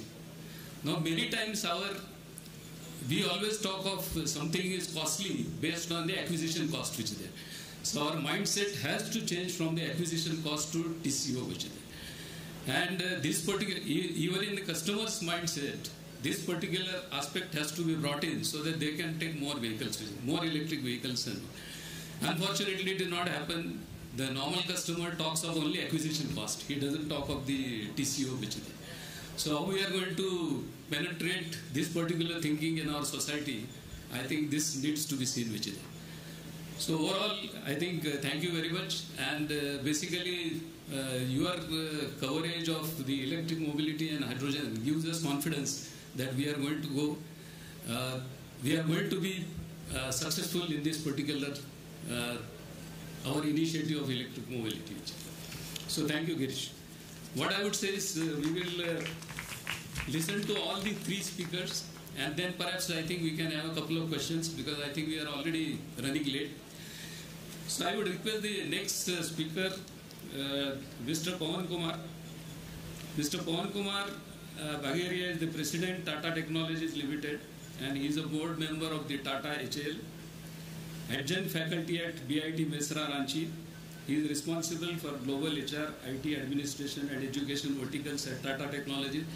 In many of these conferences, we talk of academics and industry coming together. So I think we can see Mr. Bagheria, where the academics and industry is all together, which is there. He is bachelor's in mechanical engineering and is a gold medalist of BITS Ranchi. He is also MBA from XLRI Jamshedpur. He has 38 years of experience in automotive, manufacturing and IT industry. He has held senior leadership position in global OEMs and Tier 1 companies. He served as IT director at GM International Operations and was deeply involved in the IT strategies for the GM companies, IT for new plant launches in the Asia Pacific region. So we are eager to listen to Mr. Pawan and how his company is getting into this new paradigm of electric mobility. We would like to hear from you, sir. Thank you, Mr. Marathi. Good afternoon, everybody. So, thank you for inviting me, and I want to congratulate SAE on the Silver Jubilee celebration today. And we saw the milestone and the journey. I think every organization would be proud of the kind of journey this organization has gone through. And I think organization like this is going to have much bigger role because one of the things which a lot of people are saying that automotive industry has evolved, but the rate of change which we see now, maybe in last 50 years, whatever changes have happened, we will see more changes in next 5 years. So that's the rate of change which we are dealing with as far as automotive industry is concerned. I'm from Tata Technology, and we primarily we are a niche engineering company, and we focus on automotive, industrial heavy machinery and aerospace, and we are focused on full vehicle design and also on the IT side to ensure that the fulfillment areas are also taken care of. So that's what we do. We have been looking at the trends in automotive industry and all the highway industry also in terms of how it is going. I think all of us are very, very aware of the S's which people talk about. A stands for automotive, autonomous, C stands for connected, and then E for electrical, and then finally S for shared. Now this has been we have been hearing these words, but I'm happy to say that the way we see these trends, autonomous, which Girish pointed out that every country will have to adopt it. The good news is that by 2040, we are looking at autonomous will be there in 66% of mobility. And out of that, almost 51% will be from services mobility, whereas as far as personal mobility will be concerned, that will have about 11%. So autonomous vehicles are going to come. Every country will have to have their own roadmap, and we will have to plan it accordingly. Similar thing for connected. While the small connected features are coming in the vehicle, but by 2030 we are looking at 91% of the vehicles having connectivity. Electrical, I think Vijay as well as Girish talked about, it is here to stay. However, one comment which I want to make, and I think Mr. Marathi made reference to that today we import oil from Gulf, and tomorrow if we focus on lithium, we will be importing lithium from either China, Chile or other countries. So we will be shifting the import problem from one destination to another destination. And so definitely when we look at electric, in India we will have to find our own solution, we will have to find our own battery chemistry, and we will have to find our own channel. So that is a challenge, I think, and that's where hydrogen might become one of the very important parameters for our country. And then when we talk about shared, now this is actually all about changing customer preferences. Big change is taking place, and the small example is our, you can say, mobile phone. We started with a basic feature of talking. Today the mobile phone does our internet, it does all this thing, and then it does payments, it does ticket booking, whatever you want to do. The expectation is that the vehicles will become next integrators. And just to share one statistics with you, that in 2010-11, 7% cost was in electronics and software in vehicles. And by 2030, we are expecting 30% of the cost to be software and embedded. And that actually points out to a very, very different kind of change which the auto industry and mobility industry will see in time to come, because what skills were required earlier are the skills which are not going to be sufficient to run the industry. And with that, whatever we have seen now, I want to point out a couple of challenges which we should see. We talked about vehicles catching fire, which is a very visible thing. But with 30% software and hardware which is there, cyber security is going to be a big issue, where somebody at a distance is going to hack your vehicle, make it to accident, make it to do anything which you have not planned for it. And today, lot of dollars need to go in cyber security if we want this particular movement to be successful. And it will be successful, but the direction of dollars will be that. The second point which I want to bring up about this area is talent. Now, in our time, people used to say mechanical engineering is an evergreen branch and you will have all the jobs and everything will be there.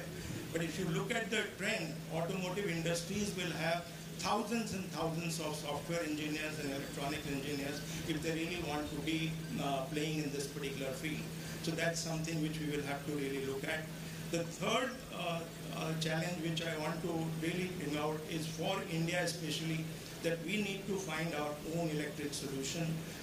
The material which is not there in India, if we are going to put all our research dollar in adopting the technology, where again we'll be shifting problem from Gulf countries to some other countries and different geographies, then we are really not going to be very successful, and will be living with a lot of constraints. So I think in the end, I just want to say, given the time constraint, that I'm very, very optimistic and bullish. It's going to create a lot of jobs.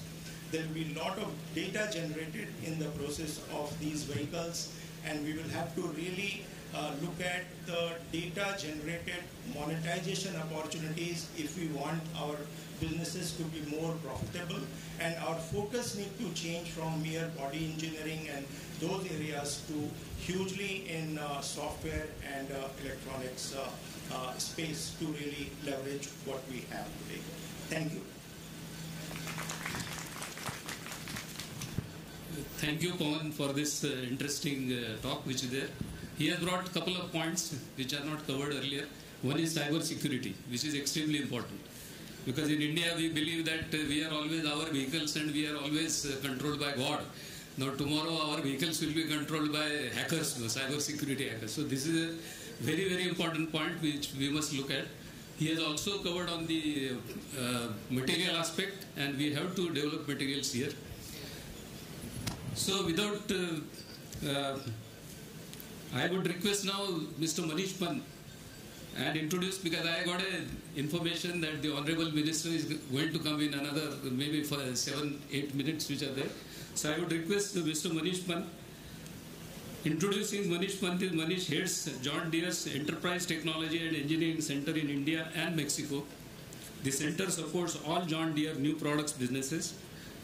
He is MITS Pilani alumnus and has 29 years experience in various OEMs. He also has led innovation and transformation project. He has been responsible for delivery of projects and business expansion plans in more than 20 countries. With his rich experience at GE, Honeywell, Capgemini, Eicher, he is now enjoying entrepreneurial mindset in conglomerates.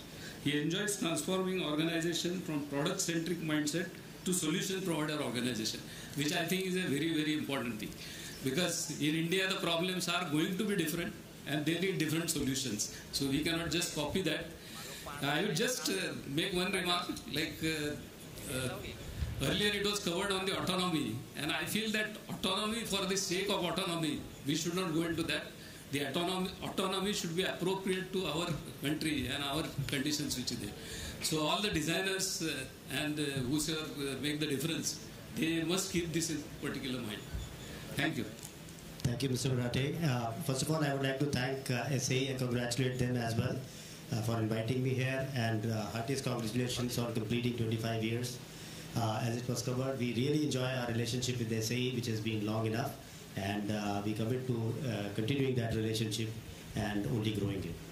On this interesting topic, I think my fellow panel members have spoken a lot, and also Vijay spoke a lot on. I would like to give a very different perspective because for John Deere, the challenges are different. The charter is slightly different from what a typical auto company would do, because I'm sure most of you know, we manufacture tractors and farm solutions. We manufacture construction equipment, and we manufacture utility vehicles. Believe me, the kind of challenges we have for tractors, I'm sure there are colleagues who understand the horsepower. It is 700 horsepower. Now, to drive a 700 horsepower kind of a tractor or a machine along with the equipment behind, it requires technology is available on the electric side, but of course Vijay showed a lot of excitement around the kilowatt hours per dollars per kilowatt hour going down. But what is needed is the range to which can drive the tractors as high as 700 HP horsepower. So definitely for John Deere, the focus I would like to divide is four. One is, of course, electrification to drive sustainability. Girish also covered that. But there are challenges there. But what we are essentially focusing on is how the tractor and the farm equipment which is going behind, how these two different machines work in tandem through the connected infrastructure. So V2C connectivity, V2I connectivity, and machine-to-machine connectivity is what we are strongly focusing on, essentially to drive the higher yield from the farm, higher precision in the farming, row-to-row distances, and soil conservation, which I think even Vijay also covered in his presentation. Soil conservation, and most important is the water conservation and optimal use of fertilizers. So our focus is somewhat different, I would say, from a typical four-wheeler bus manufacturer or a two-wheeler manufacturer. So those are the key focus areas that we are driving, and a lot of autonomy to autonomous is the key theme that we are trying to drive, making our machines, and when I'm saying machines, it is both the machines, the farm equipment as well as the tractor, working in tandem, driving higher automation, and making it more and more autonomous through connectivity to the clouds. That's one big focus that we have. Electric, of course, is a focus for us. And lastly, I think Girish also covered about the fleet management. So for us, the fleet management has a completely different connotation. We are not talking about renting tractors, but it is about how we can optimize or reduce the downtime of these machines. You know, all these machines, whether it is construction machine or it is tractors, both are required to operate in a certain season. And if the machine is not available during that season, huge liabilities are there. So for us, the fleet management essentially means making the machine available during the time which is required either for farming or for construction. So just summarizing, for us the key priorities are autonomy to autonomous, working on connected machines and connecting them to the cloud and to the rest of the infrastructure, and also looking at cost aspect, because cost, as all of you would understand, is a sensitive topic. So we are also looking at some of the very, very unique ideas, like I think if the tractor is autonomous or the construction machine is autonomous, do we need a cabin? So we are looking at offsetting some of the price increases that might come from the battery or the expensive electronic infrastructure through these by changing the basic machine form. So those were some of the views. I know we are hard pressed on time. I can talk at length on this very interesting and passionate topic, but with that I would like to just conclude and thank once again SAE and thank Mr. Murate for introducing me. Over to you, sir.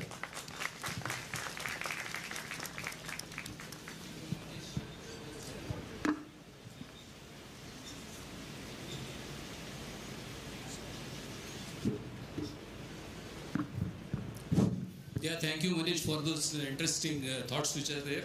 And he talked about the connectivity and autonomous vehicle in their business, which I think bring up the efficiency much more, and which is a very important aspect for future. Again, John Deere has been connected with SAEINDIA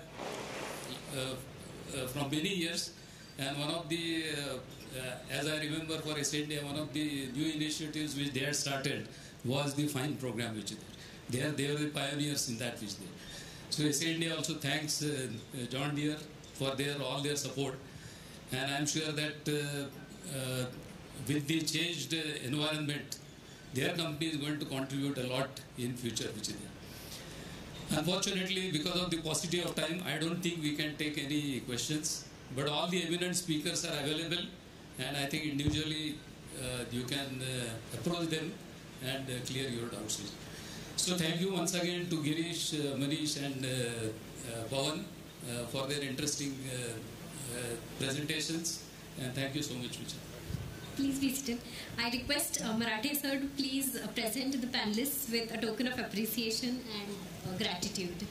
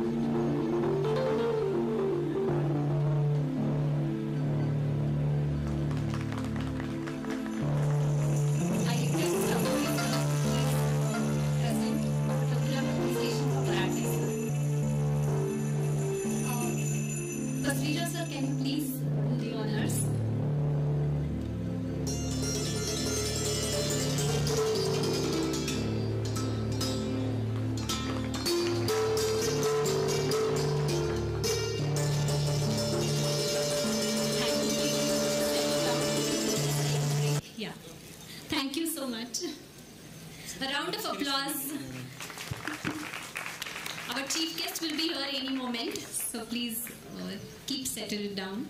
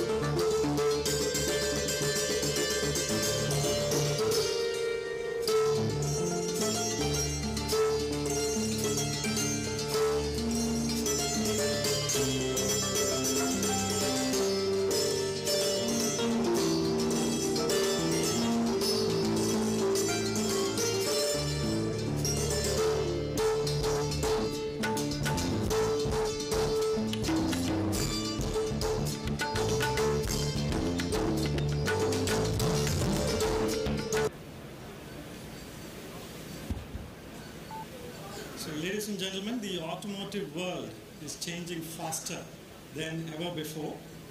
Even as cars remain the center of focus, CVs, ancillaries, and EVs are still gaining traction and have their market share. We, India, as a country, have graduated from a small car country about a decade ago to cars, SUVs, electric trucks, and quality hub for the world country.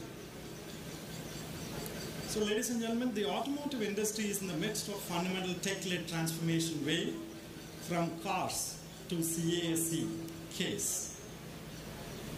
Yes, 40% of the vehicle which is coming up, not only cars, even the trucks, is a share of hardware and software each in a future car as of today. In today's automotive market, car companies are no longer merely assembling mechanical parts, but developing a complicated COW, computer on wheels. So much of software and hardware together has to put together. From transportation machines on outright purchase to vehicles as a service in the future. So to commemorate this change of phase and to celebrate Silver Jubilee of SAE in India and SAE India amongst the Indian mobility fraternity, ladies and gentlemen, we cannot think of any other VIP other than our Honorable Union Minister of Road Transport and Highways. He will be here in a moment.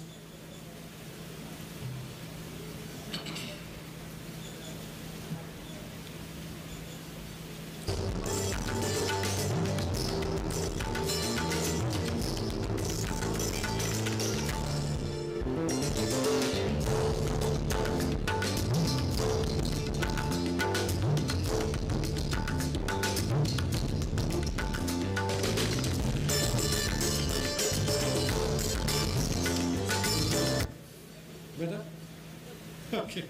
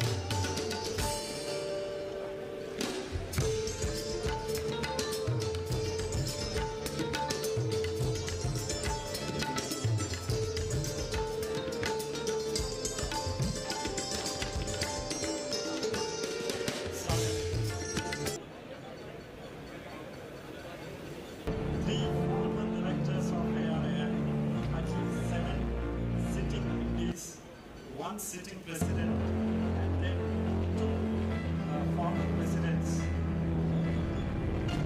several former MDs. After a very, very long time, ladies and gentlemen, we are witnessing this in-person meeting.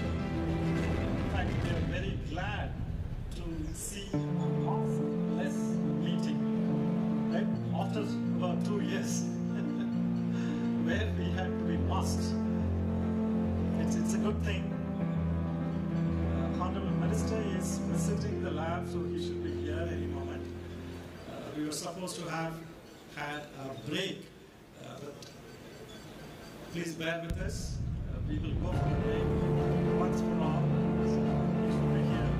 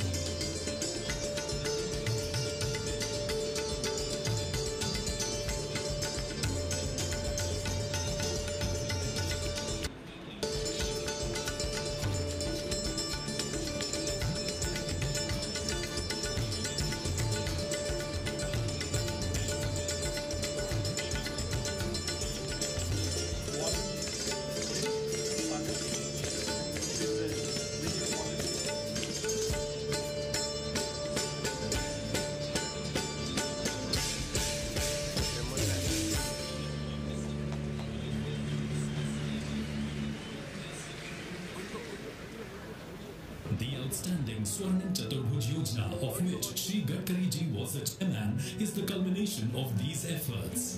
55 flyovers dotting the city have made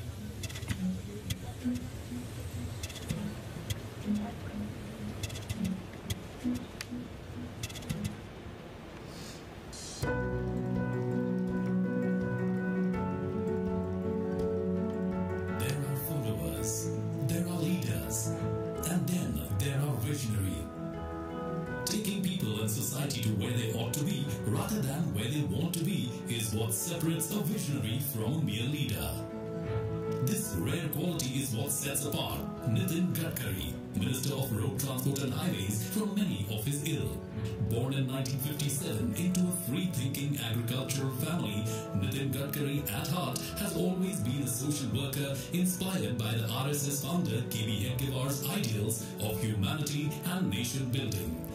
Taking off as a Minister of the Public Works Department in 1995, Nitin Gadkari made groundbreaking changes in the speed the city of Mumbai traveled. So impressed was the then PM Atal Bihari Vajpayee ji with Gadkari ji's performance as PWD Minister that he offered him a responsibility of weaving road nets in the whole of rural India. The outstanding Swarnim Chaturbhuj Yojana, of which Shri Gadkari ji was the chairman, is the culmination of these efforts. 55 flyovers dotting the city have made commuting in Mumbai much easier than ever before. The foundation for the magnificent Bandra-Worli Sea Link was also readied during this time. The jewel in the crown of Maharashtra, India's first expressway, the world-class Pune-Mumbai Expressway, is also a futuristic project imagined and brought to fruition by Nitin Gadkari. Connecting over 13,000 unconnected villages with an all-winner $100 million project is another feat accomplished by this far-sighted visionary. Nagpur, his hometown, has seen first of its kind double-decker bridge, an innovative beautification of flyover using local artists and painting of great political and social leaders was added attraction. Ajni Intermodal Station will have connectivity between long-distance buses, city buses, railways, metro and indirect link with city airport.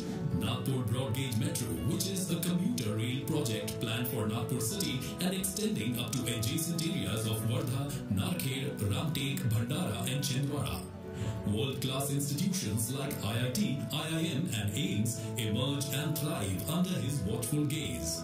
This is in addition to the over 1,000 Ekal Vidyalayas that go a long way into molding the future tribal generation.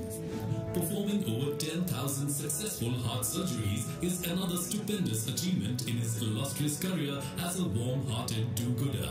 The city of Nagpur is the first city to explore alternative biofuels for transport. These include bio-CNG buses. His innovative idea of India's first of its kind CNG-run tractor has proved to be farmer-friendly, cost-effective and helping in reducing air pollution. In a historic push for biofuels, Gadkari ji is introducing flex engines which will run on 100% ethanol, directly providing additional income to farmers and the agricultural sector. Sanskritik Mahotsav, motivating local artists to go nationally.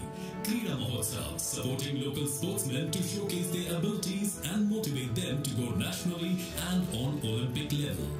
Projects like AgroVision are helping farmers with latest technologies and practices. His idea of using sewage water for power generation, use of ethanol as fuel, have added a whole new dimension to the city's development program.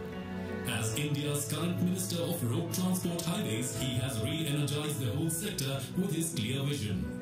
With more than 40,000 kilometers of national highways constructed in the last 7 years, 60,000 kilometers of new roads under his supervision are being constructed. The speed of road construction from a mere 3 kilometers in 2014 has grown to 40 kilometers in 2021. The dazzling Delhi-Mumbai Expressway has set 4 new world records with 12,500 cubic meters of concrete being laid down on the 4-lane stretch of 25.4 kilometers. These world records are as follows. Highway construction rate at 37 kilometers per hour. Construction of 2.5 kilometer long 4-lane concrete road near Vadodara at Delhi-Mumbai Expressway in 24 hours. Laying down shutdown of 26-kilometer-long bitumen road at Solapur-Bijapur section of NH52 in 21 hours. A 50% growth in the length of the national highways in the last 7 years of the NDA government is a monumental achievement. The figures went up from 91,287 kilometers to 1,37,625 kilometers. Going further, INR 3.32 lakh crore is allotted for 22 Greenfield Expressway, initiated by the bridge building Messiah, as he is fondly referred to. Bharatmala and Sagarmala, two world-class access-controlled expressway projects led by Nitin Gadkari, are presently in various stages of construction. The Bharatmala project seeks to eliminate the perennial road traffic movement in Broglio across the country. With Nitin Gadkari taking charge, India's much maligned logistics sector has also metamorphosed from a point-to-point model. Ladies and gentlemen, our Union Minister of Road, Transport and Highways, Shri Nitin Gadkari ji, please give him a warm welcome and a standing ovation.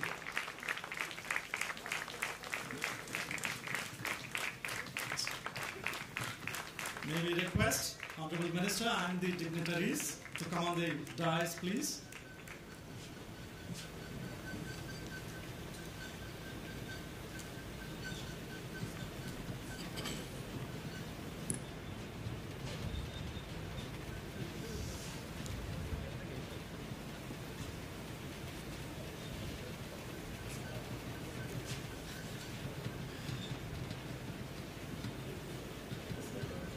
May I call upon the dignitaries on the dais, Director ARA, Mr. Ravi Gojia, Dr. Paul Goenka, Mr. Girishwaq, and Dr. K.V. Kale, Mr. Amit Vardhan, Joint Secretary.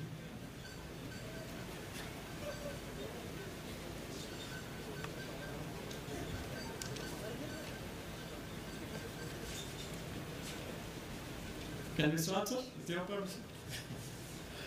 We would like to felicitate Honorable Minister by Madam President SAE India, Mrs. Rashmi Udvareshi, team.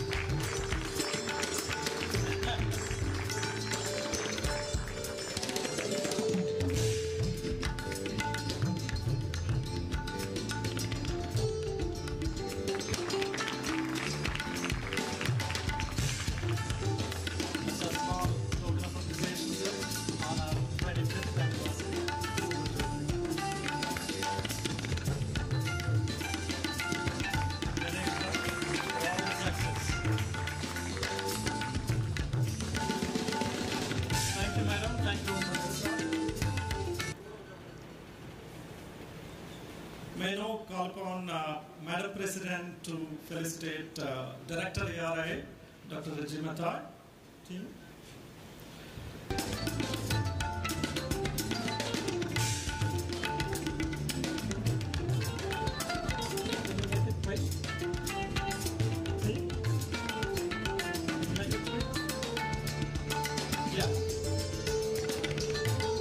Madam Rashmi to Director ARA.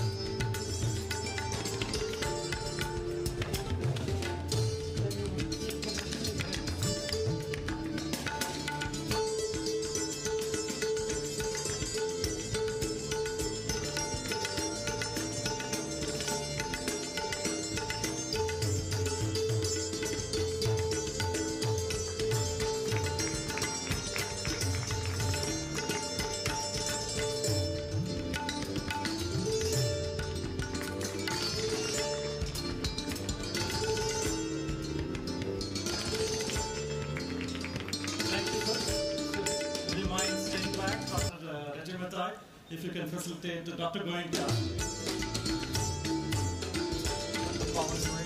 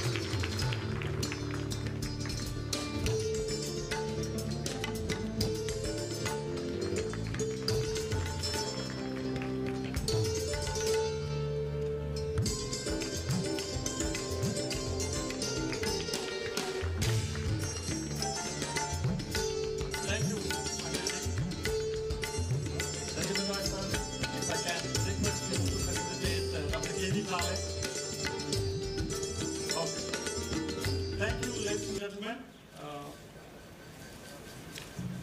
Yeah, we've announced. On behalf of all of you, may we humbly request each of the senior executives of the automotive fraternity to kindly contain your speech within the time given, because we're really running a little tight on the schedule. I wish to welcome on your behalf, ladies and gentlemen, Dr. Reggie Mathai to deliver the welcome address. Dr. Reggie Mathai has taken over as Director of ARAI on December 2, 2020. Prior to this, Dr. Mathai served as Chief General Manager of Indian Oil Corporation for over 28 years. Mathai has contributed immensely in the field of engine and vehicle testing, emission studies, alternate fuels, ambient air quality, BS6 and beyond. Dr. Reggie is a recipient of Petrofed Award, developing lubricant for marine engines in 2006-07. He has many publications to his credit. May I now call upon on your behalf, Dr. Reggie Mathai.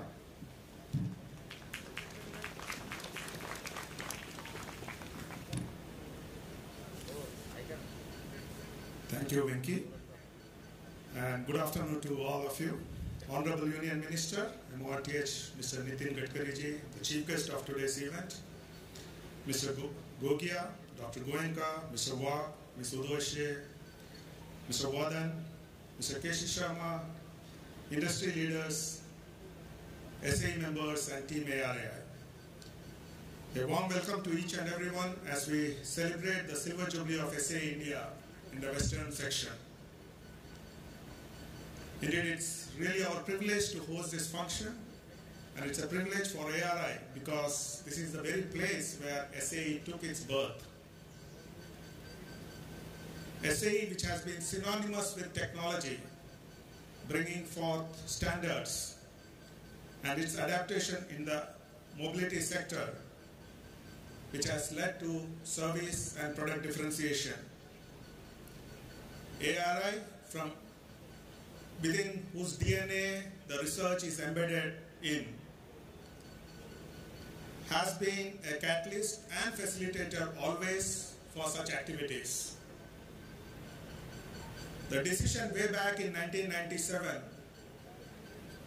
to partner SAE to bring it over here, looking back, has been one of the most fruitful decisions that has enabled technology to grow in this country and technological people to come together and bring in solutions which are very much used and very much needed for us in the day-to-day activities.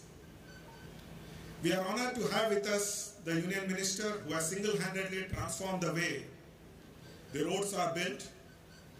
Better roads, faster connectivity has also put greater responsibility to stakeholders for safety, where ARI plays a key role in framing standards and drafting regulations.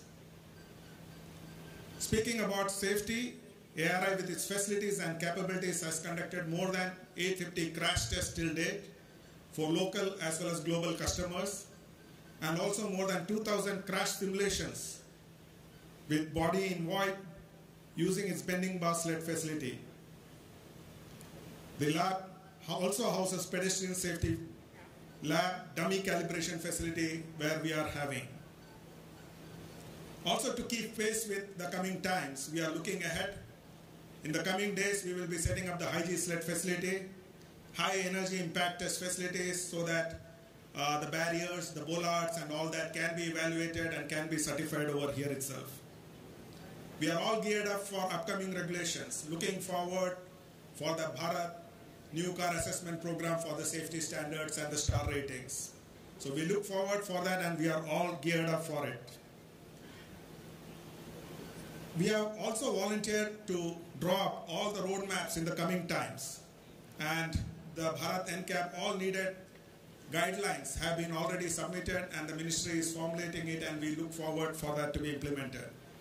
The very place we are sitting, I was just mentioning that this may be the last time we are coming together over in this place, because we are going to convert this also into a battery safety evaluation facility with high capacity battery to be tested for fire and all other applications in the near future.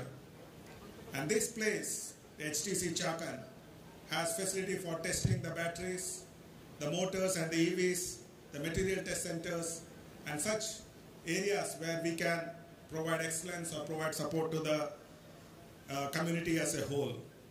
With this verse, I take this opportunity to once again welcome Honorable Union Minister to our midst, and also to each one of you in this event. Thank you.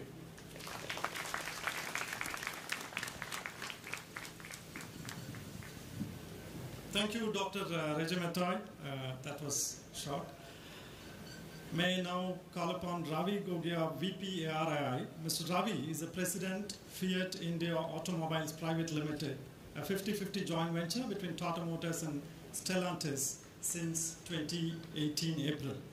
In this role, he is responsible for driving overall strategic objective of the JV for powertrain and car division at FIAPL.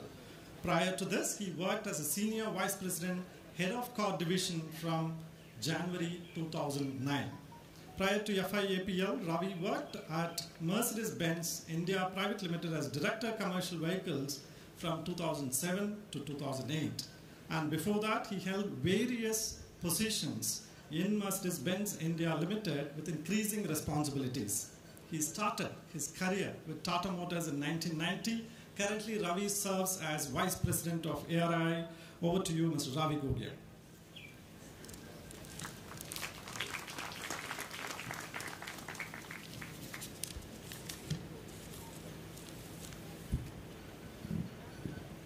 Thank you, Venki.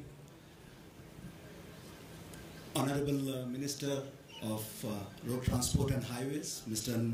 Nitin Gadkari ji, Mr. Dr. Reji Mathai, Ms. Rashmi Urdhwashe, Mr. Dr. Paul Goenka, Girishwaq, Mr. Vardhan. First of all, let me congratulate SAEINDIA for this Silver Jubilee function. Congratulations, and may we have more functions in the future. I've been asked to speak on behalf of ARI and also give perspective on the automotive industry. Let me take this opportunity to say a few words about automotive industry and what ARI is doing in this regards. So I think we are at the cusp of transformation as an automotive industry as we move in the next decade. The movement has already started, and what we see as going forward is that we'll be moving towards cleaner green mobility solutions, and those solutions are going to come very fast. All the doubts that we might have had in the past about whether we'll be moving, and those doubts have been clear, and now there is a clear roadmap as to how we'll go about this. What also is happening in the industry as we go forward is that the regulation, the environment, the technological and the competitive challenges that are coming forth will make the industry to innovate, it will make the industry to collaborate, and also make the industry agile. The industry which will be able to collaborate, innovate, and be agile over the coming few years will be able to capture the most of the market and will be able to address the demand of the customers as well that of the industry and the nation as such. The green mobility is going to be the future which will drive, as we heard from the earlier speakers in the panel during the morning session, that sustainability and the renewable energy is going to be driving how the mobility will move forward. What happened in the last couple of years opened up a lot of challenges for the industry because of the pandemic. It made the industry suffer from the supply chain disruptions, had to recalibrate the supply chains, and going forward, I think the industry has taken good lessons out of these challenges and are addressing the supply chain issues. The entry of the non-conventional players, the disruption in the industry because of the green mobility has thrown to the industry, which is very good actually, new set of players who are making the industry actually very, very democratized, making the playing field very level and giving equal opportunity to even the new entrants to be able to address the market. What we see going forward is also the digitalization, the analytics, the data analytics playing a big part, the artificial intelligence, the machine learning that the industry will have, is adopting and making changes to see that we are able to adapt all that in the processes for innovating new products and making the processes in a way that would make it address flexibly the requirements and shift from the current ICE or the future technology vehicles, be it BEV, be it CNG, be it fully flexed vehicles. I think the product and processes would become more flexible and more agile to be able to address this. Coming to the contribution of the Government of India, which is making the supply as well as the demand side favorable to adapt to these new technologies.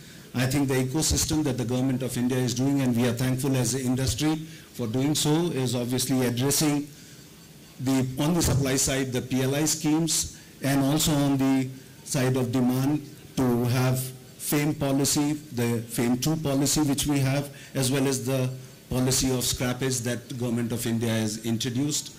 This will help us to push demand and take us into the next steps. The contribution for ARI, which I will just enumerate, over the past 3-4 years as we moved from BS4 to BS 6.2, BS6, the ARI quickly transformed their facilities and made the capacity available to make sure that all the vehicles would get homologated and tested and certified to the new homologation standards. During the period of the lockdown, ARI also started testing remotely and providing the support to the industry to meet their testing needs. Besides this, during the pandemic, ARI did the testing for the ventilator to quickly address the demand for the ventilators which was coming up from the manufacturers. Working in line with Government of India scheme, ARI is providing services for verification of components in terms of percentage of domestic addition, technical eligibility assessment to comply to the FAME requirements and formulation of standards. On technology development front, ARI is working aggressively on EV and battery technologies, NVH, alternate fuel technology, flex fuels, etc. ARI has developed its own e-powertrain kit for three-wheeler application, and that can be retrofitted and is also scalable. ARI is developing effective thermal management system for the batteries and providing packaging solutions that can be adopted by the 2- and 3-wheelers EV application.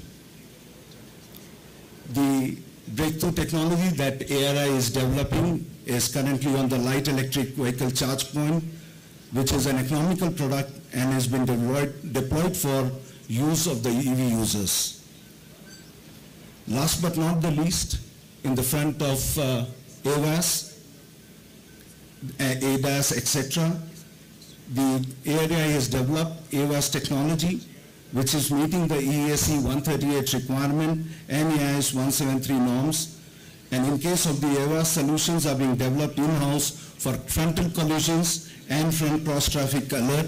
For the future, as the electric vehicles become more in numbers, we require this kind of acoustic controls. With this, and with the list of work that ARI is doing, my congratulations and also best wishes to SAE India. Thank you very much.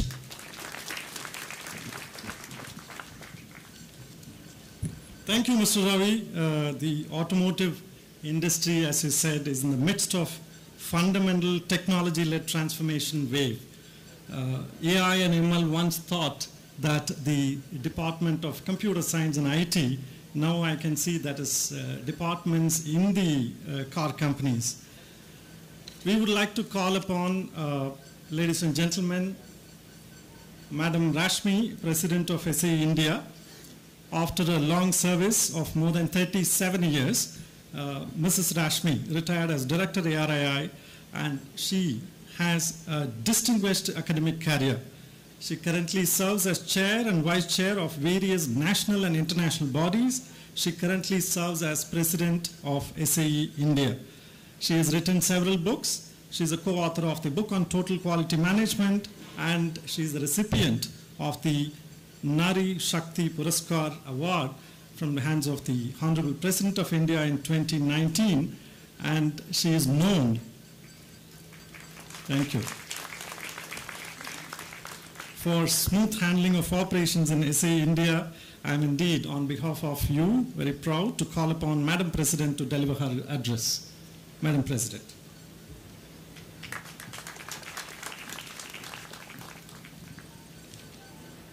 Thank you, Venki. Honorable Minister, Shri Nitin Gadkari, Dr. Paul Goenka, Dr. Reji Mathai, Mr. Gogia, Amit Ji, Mr. Wagh, SAE fraternity, ARI team, ladies and gentlemen. It gives me immense pleasure to address on this momentous occasion of Silver Jubilee of SAE India. For any organization, 25 years is a very significant time. It is the time to rejoice, and thanks to the team under the leadership of Mr. Chaudhary, who had painstakingly planned this event for all of us. It's time to also do retrospection. All our MC members, and I sincerely thank all of them to help us in doing retrospection, and also time to plan for future journey. And my sincere thanks to my senior leadership team at SAE in helping us plan that future. Honorable Minister, sir, I wish to highlight a few facts and spectacular achievements of this organization, which I'm really proud of. SAE India is a strategic alliance partner for SAE International, which is a 115-year-old organization, and more about it, I think, Pawan, you will be talking, and I look forward to your highlights there. With the members from more than 150 organizations, this strong kind of organization has also a very deep connect with academics, with 486 collegiate chapters and with 4,000 plus professional members and 40,000 plus student members. That's our strength, in fact. I look at the mobility, we look at the mobility in a comprehensive technical manner, and we believe that the technologies flow very seamlessly in three verticals which SAE currently handles. Those are automotive, aerospace, and off-highway. So the technological exchange that happens between these three sectors is the pillar of our strength at SAE. SAE also provides a great platform for knowledge dissemination. It's also an independent think tank. We have been working on alternate fuels, sustainability, safety, and iconic events such as CEAT, ITEC, etc., where, sir, your presence was there and you had blessed us with your presence. So those are the events, iconic events, which SAE carries out. What actually got started way back in 1996 at AREI, and which was mentioned earlier several times, which spread into the national level, pan-India level in 2002. We worked through 4 different sectors at this moment, 4 different sections. AREI has been always providing strong support. Initially, it provided the cradle for the baby to grow. Later on, it provided a playing ground where the progress could be made. And then, in future, it provided blue skies where SAEINDIA can fly off. So with that, I would like to thank AREI specifically to support us. We nurture true spirit of technology and bring value to our customers. And one major customer which I mentioned about is the students. Earlier in presentations, it was highlighted that we ignite the young minds, help them to come into the corporate world by enabling them to build vehicles, all-terrain vehicles, racing cars, off-highway technology, and so on and so forth. The iconic events like Baha, Supra, Cycle, Tifan have been also mentioned. For the industry professionals, we are a strong supporter, and we carry out proficiency improvement programs in the identified areas where technology gaps, filling up those gaps is very, very paramount. For the decision makers and the Government of India, we work on policy and positioning of technologies. I am also delighted to also make a mention here that we are proud and thankful to our industry leaders for their immense contribution. And I would fail my duty if I don't mention a few names, important names. Dr. K. Kumar, who was the president of R&D MUL, Maruti. Dr. Paul Goenka, who is present here today. Dr. Mahadevan, who was director of India Pistons. Dr. Malhotra, former chair IOCL. Dr. Bala Bharadwaj, MD Boeing India, and several others from whom I draw my own inspiration. Today we express our deep commitment, sir, to advancement of mobility community, professional knowledge enrichment, and skill development. We are also mindful of the challenges that the country faces: global warming, energy crisis, transportation safety, sustainability goals. These are the 4 areas which are very, very important for all the entire automotive community, and SAEINDIA stays committed to focus all our efforts to address these 4 dimensions. My personal commitment stays with the mobility community beyond my term as president, which will end this year. In addition to the 4 points which I mentioned above, I would continue to personally contribute in the 5th dimension, that is diversity and inclusion. That's my personal commitment, and I shall pledge that I will continue to a wonderful journey, and many more to come. Thanks.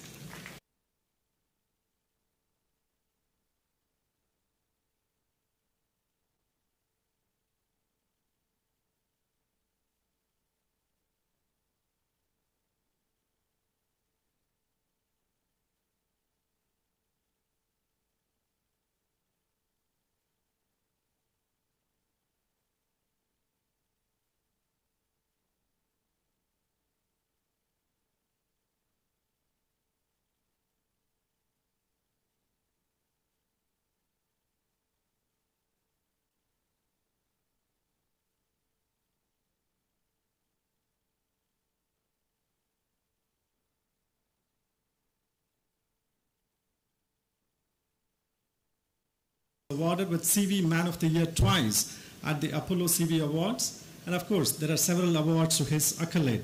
Mr. Girishwaq is the Executive Director at Tata Motors and heads the commercial vehicle business of the company. He chairs the board of Tata Motors subsidiaries, namely Tata Daewoo, CV Korea, Tata Cummins, Tata Marco Polo, Tata Hitachi Construction Company, and also board of ACGL. Over to Mr. Girishwaq.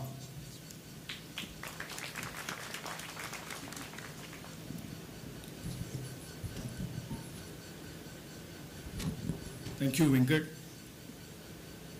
Honorable Minister Shri Nitinji Gadkari, other distinguished guests on the stage, ARI and SAE officials, and ladies and gentlemen, a very good afternoon to all of you. It's a privilege and pleasure to be here on the Silver Jubilee of SAE,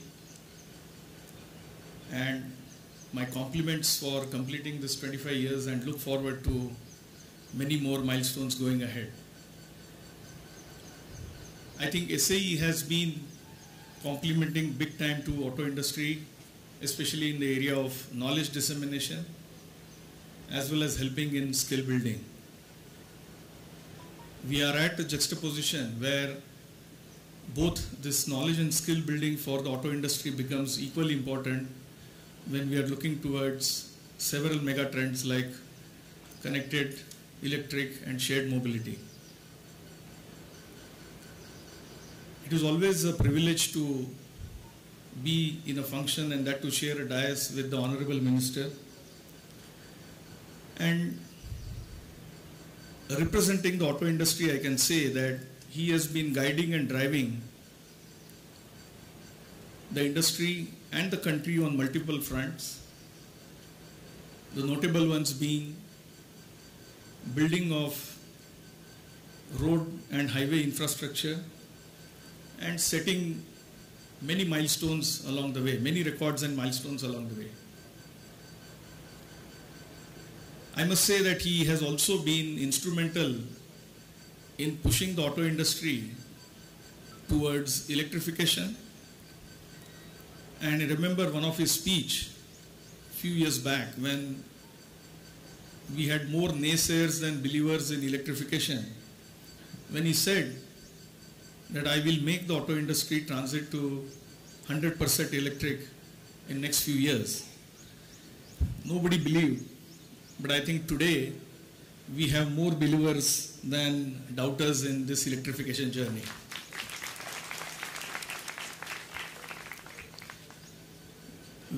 Another important change that he has been driving, which is not so public yet, is addressing the end of life of vehicles. In India, we have millions of vehicles on the road and there is no structured methodology to assess the fitness of these vehicles.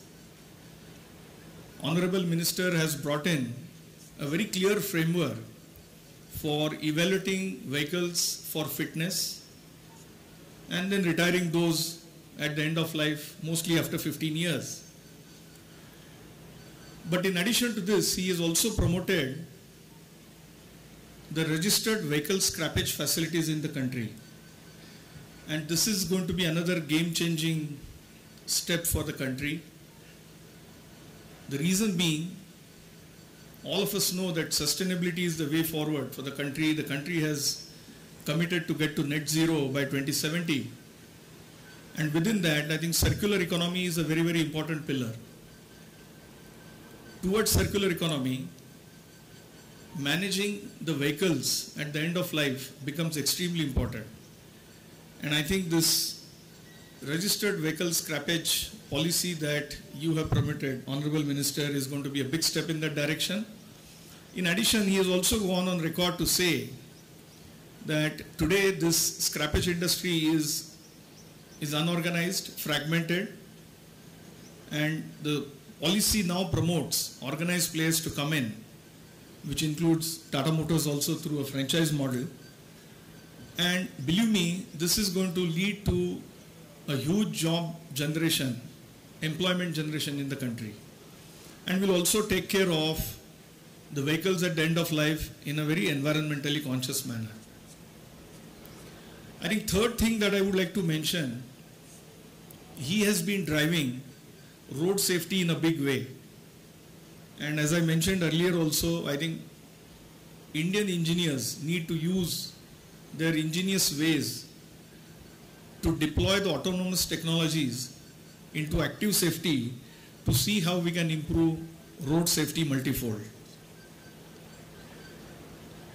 I think Ravi has already spoken about auto industry, but just to add a few things from the market side, I think the industry has gone through one of its toughest periods with the BS4 to BS6 transition, the COVID,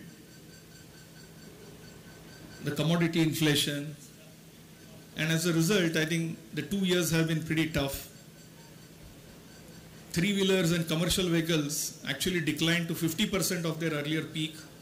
Passenger vehicles declined to 20%, almost by 20% to their earlier peak. But last year has been a good beginning of recovery. And I must thank the Honorable Minister at this forum because he has been continuously meeting us and he has been kind of hand-holding the auto industry through the SAEM forum, giving a very patient listening to our requests and ensuring that those which are in the benefit of the industry as well as the nation at large, he has been immediately taking those decisions. So thank you, sir. Going ahead, I think the government has taken multiple steps to promote electrification. The first one being the FAME initiatives, incentives, the FAME Phase 1 and Phase 2. And this has led to a good penetration in two-wheelers, three-wheelers, as well as passenger transportation. I will be missing this opportunity if I don't request the minister to continue these incentives for some more time till the industry volume crosses a particular threshold and then it gets into a self-sustaining mode. I'm sure he has been very considerate towards the industry and also committed towards electrification, and this is something which I'm sure he will make it happen. The government has also come up with very, very important incentives on the demand side, which is the production link incentives, whether it is for auto OEMs, auto component companies, as well as advanced cell chemistry. I think it is very important that we manufacture the battery cells in the country, and there are quite a few companies which have now come ahead and are getting into this. The next point that I would like to mention is on connectivity. I think the minister has pushed connectivity on the road through FASTags, automatic toll collection, and that has led to significant amount of time saving as well as saving in fuel. And this combined with the highway infrastructure that he has built, I can tell you, this week I was in Jharkhand, and when we talk about, the Honorable Minister has mentioned to me in one of his earlier talk that we can do Delhi to Mumbai in 48 hours with the new expressway that he's building. But I would like to tell you, sir, 12 hours, okay. But I would like to tell you, sir, that I met a few transporters in the state of Jharkhand, and they are now transporting steel coils from Jamshedpur to Bangalore and Chennai within 67 hours. That's a huge saving for the company because the inventory on wheels reduces. And now I think the transportation industry is also competing on the time dimension and not only total cost of ownership. So these are the few words that I would like to say from the auto industry.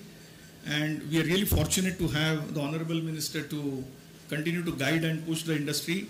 We will continue to progress and accelerate that progress on the path that he has led. Thank you very much. Thank you, Mr. Girishwaq. Ladies and gentlemen, the whole program, the short 1 hour program of Honorable Minister was designed in such a way that we get research perspective, society perspective, industry perspective, and we need to now get the other perspective also. May I now call upon on your behalf Shri Amit Varadan, Joint Secretary, Ministry of Road Transport and Highways. Shri Amit, IRTS 89 batch, is presently working as Joint Secretary, Motor Vehicle Registration, Transport, Toll, International Cooperation in the Ministry of Road Transport and Highways from 27/11/2020. He has earlier worked as JS in the Department of Heavy Industry, Ministry of Heavy Industries and Public Enterprises, Government of India. Shri Amit Varadan holds Bachelor degree in Economics from St. Stephen, Delhi, Masters from Economics from JNU. He is also MBA from Faculty of Management Studies, Delhi University. Shri Varadan joined IRTS, Indian Railway Traffic Service, in 1990 August. During his tenure in Ministry of Railways, he has worked in various wings, operating, commercial, safety, vigilance, IT, public relations, and at various levels of divisional units. In fact, prior to joining IRTS, he has worked as a lecturer of economics in Hindu College, Delhi University. Very interesting. May I now call upon Shri Amit Varadan, JS North. Thank you very much. Honorable Minister, sir, dignitaries on the dais and in the audience, ladies and gentlemen. It is a matter of great pleasure for me to be part of the 25th anniversary of SAE India. SAE is very well known for its tremendous contribution to the automotive and aerospace industries. It is renowned for its publications, which are referred to worldwide by the automotive industry. Although these standards are not legally binding, yet they are factored in while formulating automotive standards. I wish SAE India all the best for a great future ahead. One of the most important areas that our ministry is focusing on is that of safety. Safety of vehicle passengers and of pedestrians. As you may be aware, it is an unfortunate fact that about 1.5 lakh people are killed every year in road accidents in India. The government has taken several initiatives to combat this issue by striving to improve road and vehicle engineering, organizing awareness campaigns, better enforcement, better emergency care, etc. Particularly in the sphere of vehicular design, stricter crash norms have come into play. Features like mandatory airbags for the driver and co-driver, speed assist, seatbelt reminders, anti-lock braking system, etc. have been introduced. However, a lot remains to be done. In an endeavor to ensure safety for all passengers in a motor vehicle, not just those sitting on the front seats, it is proposed to have 4 more airbags, right from base models to the high-end ones. This is based on a very simple philosophy that all lives are equally important, not just of those who travel in high-end vehicles. In order to safeguard their lives, passengers should have no issue in paying the additional variable cost of 6,000 to 7,000 that is involved in this endeavor. Most of the industry is aligned on this issue. I've been interacting with them. There are a few outliers. I would request them to introspect on this issue and come on board. This is a very important issue on which we should be on the same page. It is also proposed to introduce the Bharat New Car Assessment Program on a voluntary basis, wherein motor vehicles will be given star ratings from 1 star to 5 stars based on the level of protection offered to car occupants by evaluating the vehicle in the spheres of adult occupant protection, child occupant protection, and safety assisted technologies.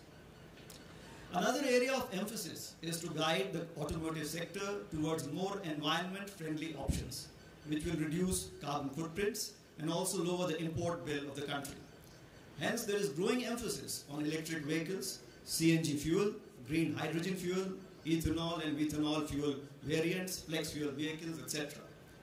The automotive sector is working very actively in these spheres and several new vistas are opening up. There are exciting times ahead in automotive technology with the onset of autonomous vehicles, electronic stability control, advanced driver assist systems, driver monitoring, lane departure warning systems, forward collision warning, etc.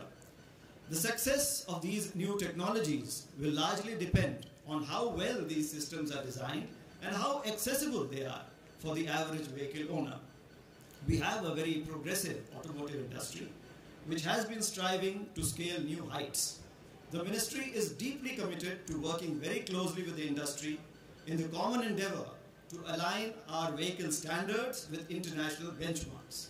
It requires a lot of hard work, grit, and determination to reach there, and it goes without saying that we will reach there, hand in hand. Thanks a lot.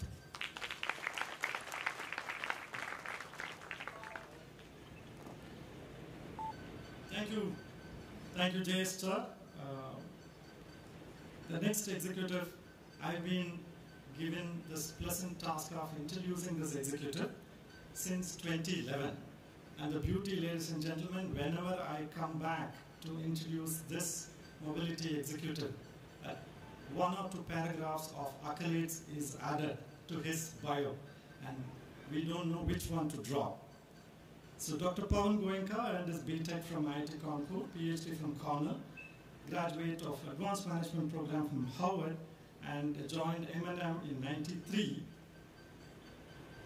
Started off the SAE in India idea in possibly 1994, and the rest is history. So Dr. Goenka is also credited with building strong R&D infrastructure, a robust product portfolio for Mahindra, and widely recognized as a statesman of Indian auto industry. He retired from M&M as Managing Director and CEO on 1st April 2021. Dr. Goenka received several accolades, awards in his illustrious career. Dr. Goenka also honored with a Lifetime Achievement Award for his unparalleled contribution to the automotive industry by ACMA. And he is also a fellow of SAE International, a distinguished honor given only to select 20 executives across the globe. He has also received the FISITA Medal of Honor. For those who may not know, FISITA is a French organization, Federation of International Automotive Societies, and SAE India is a member of FISITA for many, many years. He is currently a National Council member of CAI, serving as Chairman of Board of Governors of IIT Madras and IIT Bombay. He is a chairperson of SCALE and many other, and the present position is the chairman of Indian National Space Promotion Authorization Center, in short, InSpace. I am indeed very, very glad to call you to deliver your excellent address, Dr. Goenka.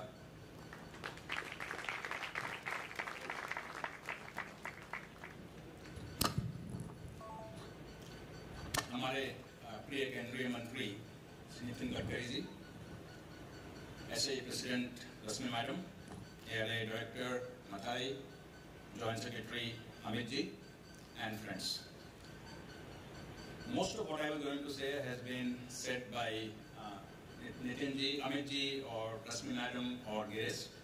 So I'm going to go to the past. Everybody has talked about future. The day today, the 25th anniversary of SAE India, is a very gratifying day for me personally. I became a member of SAE International in 1979. I'm probably the oldest member of SAE in India, and maybe not too many in the world who became a member in 1979. And when I came to India in '93, SAE International appointed me the international advisor for India. And in '97, I was able to convince them to set up a chapter in India. And Western India chapter was the first chapter that was born. And there were 4 or 5 of us at that time: Dr. Kumar, Mr. M.S. Kumar, Dr. Mahadevan, Mr. Dayal, who kind of sat together with the help of Muli Ayer to see what SAE India would do. And we came up with some plan. But none of us ever imagined that SAE India will be where it is today. It's just amazing the kind of support SAE India has gotten from everyone, the kind of volunteers who have worked tirelessly to bring SAE India. Mr. Bhanot is also sitting here right in front. In fact, I see many people in the first 3 rows who have worked for SAE India for the last 20-25 years to bring it where it is.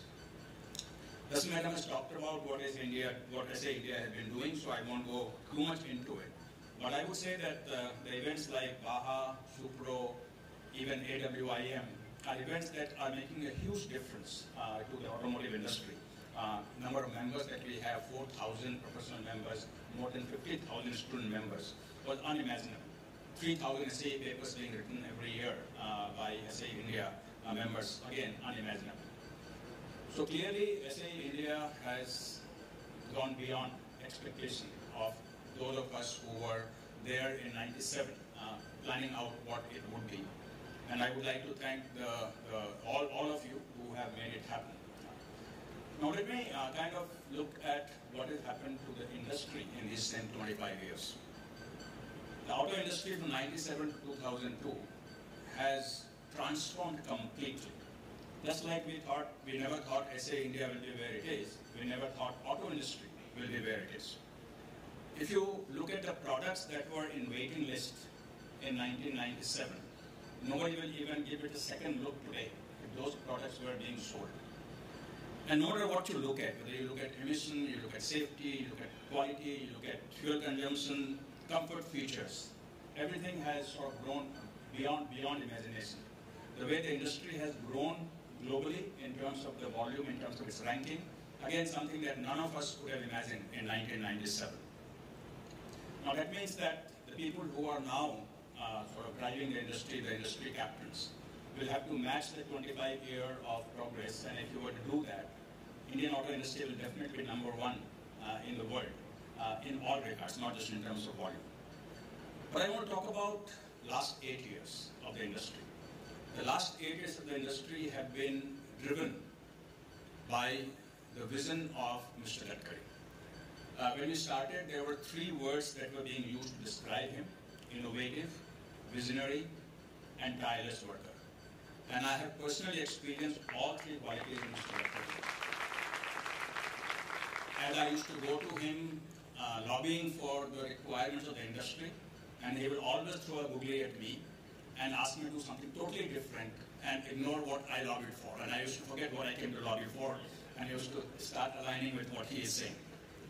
So, very early, when he had just taken over as a minister, I met him. And he told me that, Goenka, I have 3 objectives. I don't know how long I will be in this ministry, but if I'm long enough, I have 3 objectives.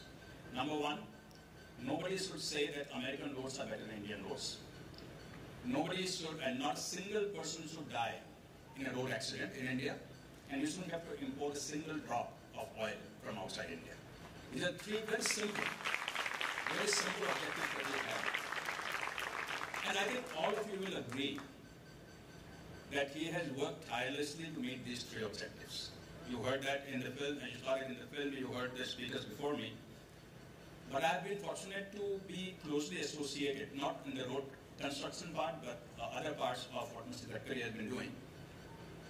And I lobbied very hard to request him to extend the date of BS6, and he just would not budge.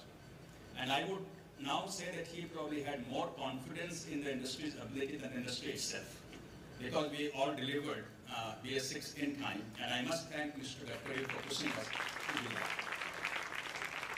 Very often when I went to meet him, and he was always a gracious host, whether I met him in his office or in at his home, he always told us that, Goenka ji, आप लोगों को quality जो अपनी गाड़ी की है वो एकदम अच्छी करनी है. Indian cars should not be second to any other car in quality. Another thing he always said कि जो आप लोग जो पैसा बचा रहे हैं एयरबैग नहीं देकर, वो बहुत बुरी बात है. आपको एयरबैग जरूर देनी चाहिए हर गाड़ी में. There are 2 things he always told me every time I met him. And today I am very proud to say, sir, that the Indian car manufacturers are perhaps leading in India in terms of safety of the car.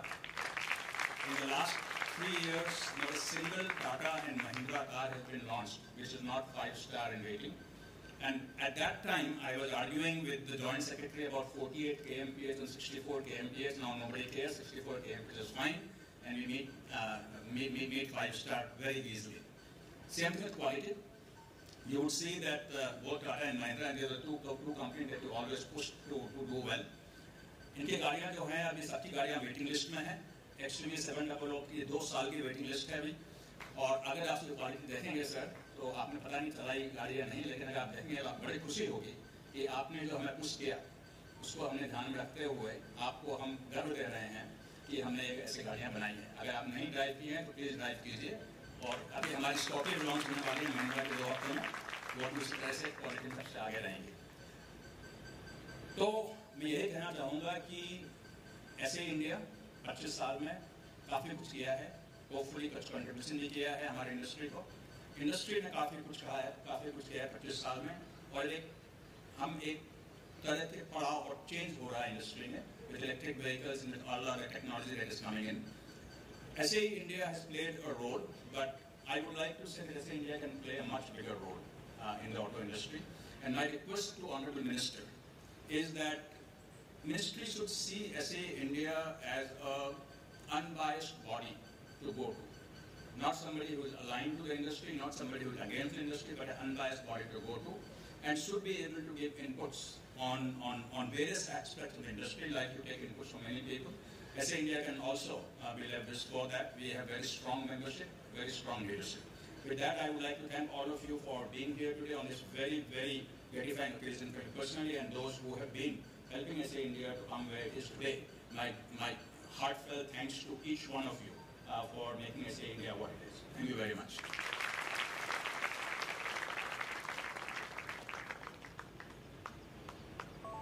Thank you, Dr. Goenka. I've been a volunteer, now I'm a staff, so I always wondered the way you summarize is amazing.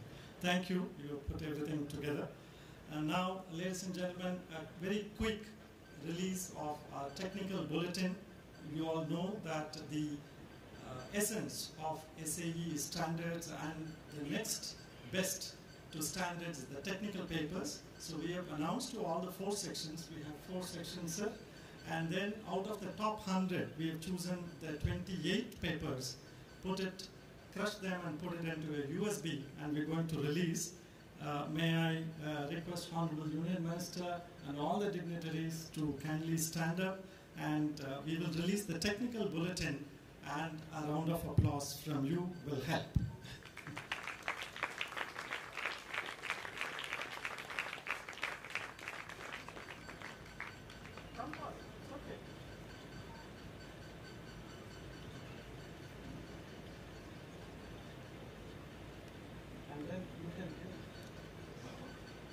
Let's do photographs, sir. This is for the press. Honorable Minister. Music, please, from the backstage. And if you could kindly display to the photographer, yes. Ladies and gentlemen, release of SAE India Technical Bulletin. Top 28 papers of top 100.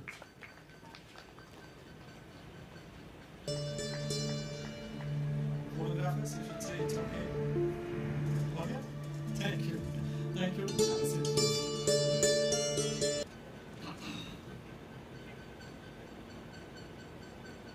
So we have 2 requests to Girishwaq. If you could kindly release the SAEIMC, which is our next best conference, which is going to happen in October 12 to 14. So our Madam President has signed. Photographers.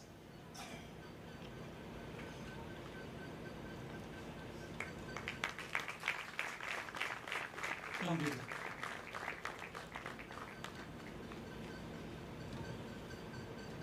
th edition of SAE India International Mobility Conference. So the second request is, since we are celebrating 25th year, we would like you to felicitate the leaders here. That's an honor for them.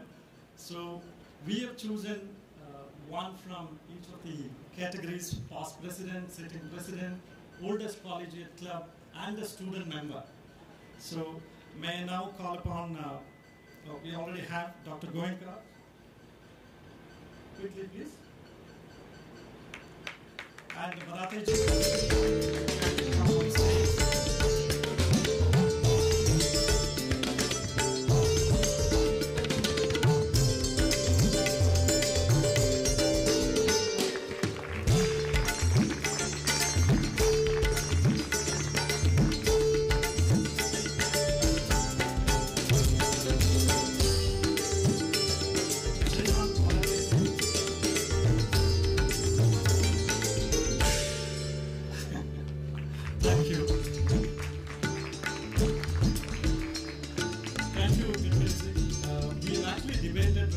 this or not, but it was...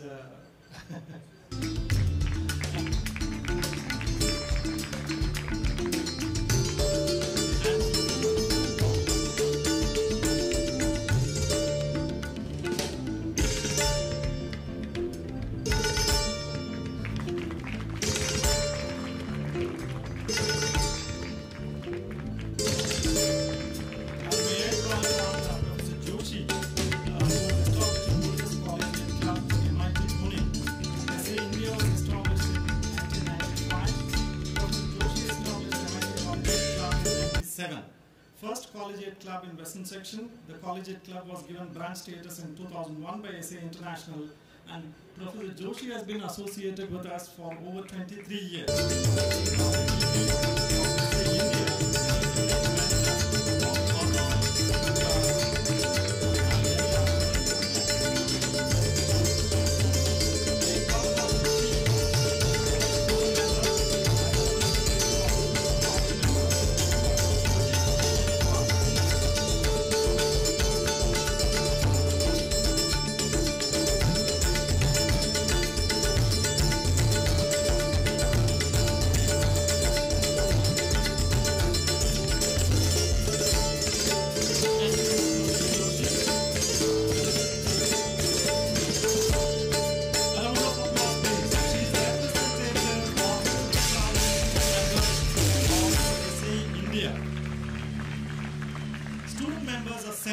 To many of our activities in India. We have instituted several iconic competitions.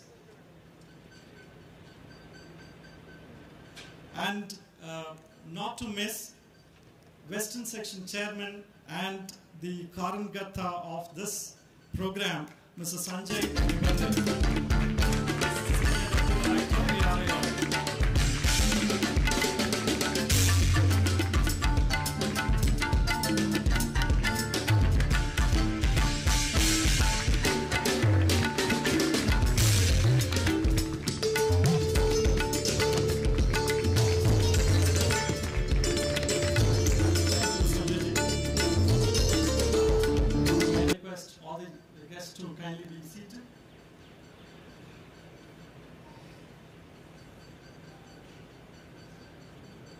Great products or and products that are beautiful and functional.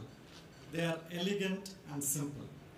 It is a task of the great design to deliver on that and various other factors.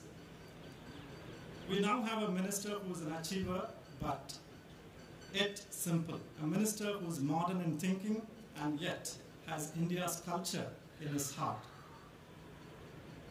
We have actually, you have seen the short video of Gadkari ji before Minister came in. I'm indeed very, very glad to introduce Honorable Minister to all of you. Shri Nitin Gadkari ji completed his post-graduation in commerce besides studying law and obtaining diploma in business management. Principally, he believes that politics is an instrument to bring socio-economic reforms in society. Gadkari ji served as PWD Minister and in Maharashtra government and was a leader of opposition in the State Legislative Council for 4 consecutive terms. 70,000 kilometers of national highways in the last 7 years.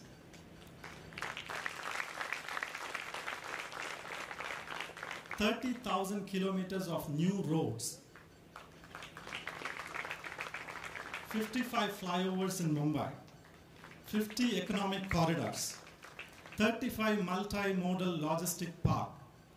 22 world-class access control greenfield expressway projects in various stages of construction as of now. 15 intermodal stations. 14-lane Delhi-Meerut Expressway, Nagpur's multi-layer metro rail cum flyover system, high-tech Delhi-Bombay Expressway, Bandra-Worli Sea Link, and India's first Mumbai-Pune Expressway. Ladies and gentlemen, these are the numbers. A round of applause, please, for the executive who made it happen for our country. He is now taking a lead in development of new sustainable mobility and last mile connectivity modes like ropeway, cable car, funicular rail, and more across the country. Under Mr. Gadkari's guidance, the city of Nagpur was the first city to explore alternate biofuels for transportation, including bio-CNG, bioethanol, and LNG. Mr. Gadkari is also introducing flex fuel engines to be run on 100% ethanol and launched a first ever tractor run on by CNG. Off-highway team. Recently, he has launched a car in Delhi on pilot basis which runs purely on hydrogen. Mr. Gadkari introduced the first ever vehicle scrappage policy. Thank you. New FASTag policy, which is helping commuters to save their fuel and on time on toll plazas. Some of his major work includes unprecedented push for R&D in electric vehicles for developing alternate battery chemistries such as sodium-ion, aluminium-ion batteries, and hydrogen fuel cells. Waste to wealth policy, Mr. Gadkari is promoting use of new advanced recycled waste material into road construction works. Shri Nitin Gadkari is committed for the development of qualitative, time-bound, cost-effective, and sustainable world-class infrastructure in the country. During his tenure as Union Minister for Water Resources and Ganga Rejuvenation, the monumental Namami Ganga project became a mass movement including central and state government agencies, private sector, and foreign investors, including NGOs, spiritual and social organizations. Not only that, including the common people.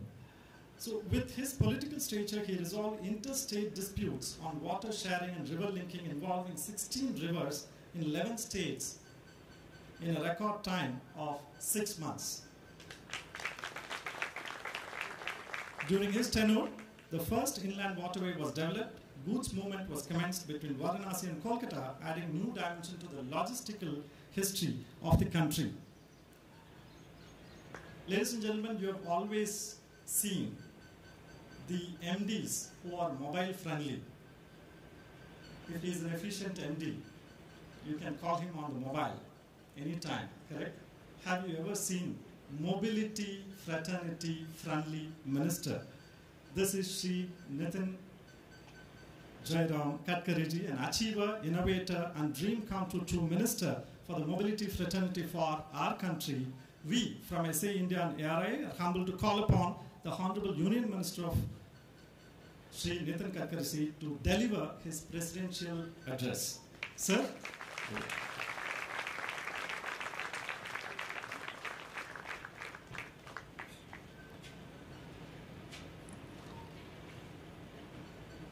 SAEINDIA के president आदरणीय Mrs रश्मि उत्कर्ष जी,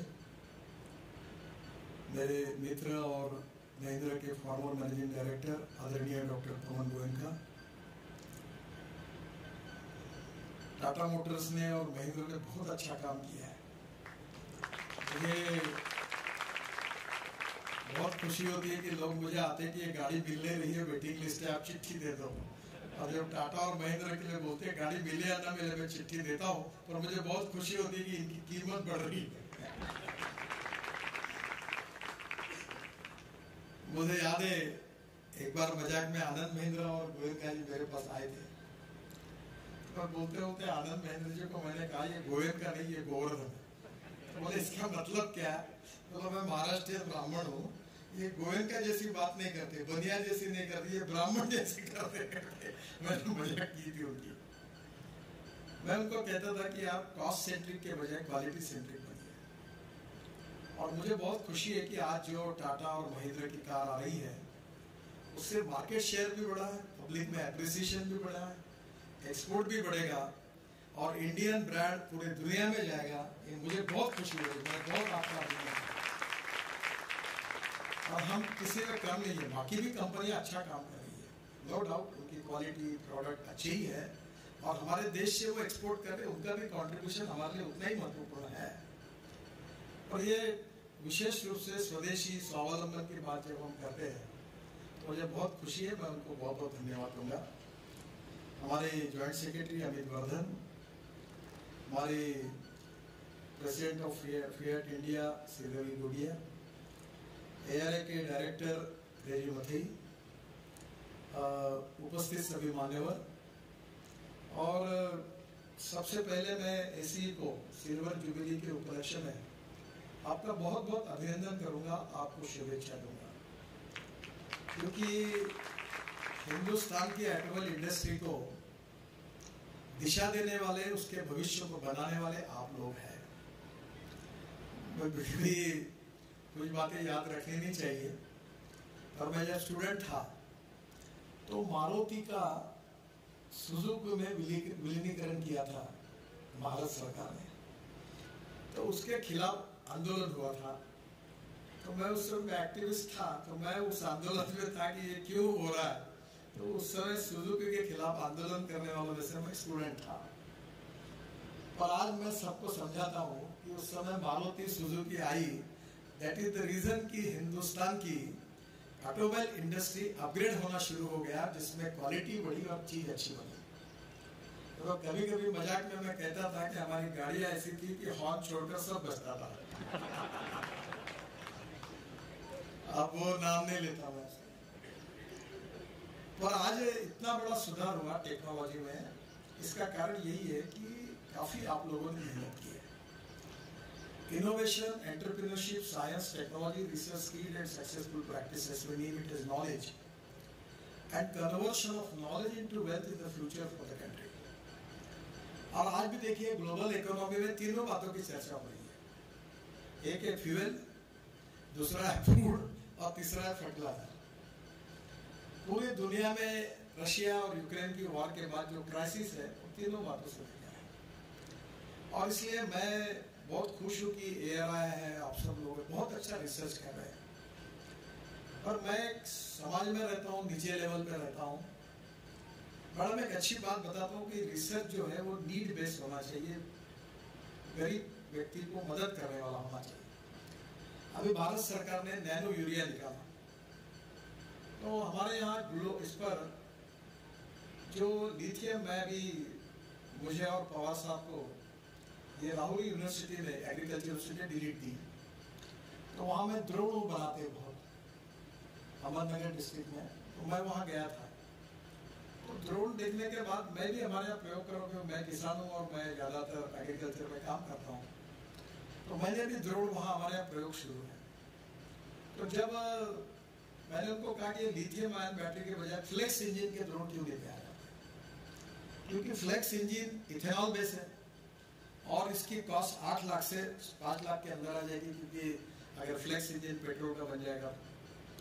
अब madam देखो एक छोटी सी बात का कितना impact है कि हम 1 एकड़ गन्ने के लिए 4 बोरे यूरिया डालते हैं, और अगर हम ड्रोन से स्प्रेइंग करते हैं तो हमें 2 बॉटल लगती है 500 ml की, एक बॉटल इक्वल टू 50 kg की बनता है।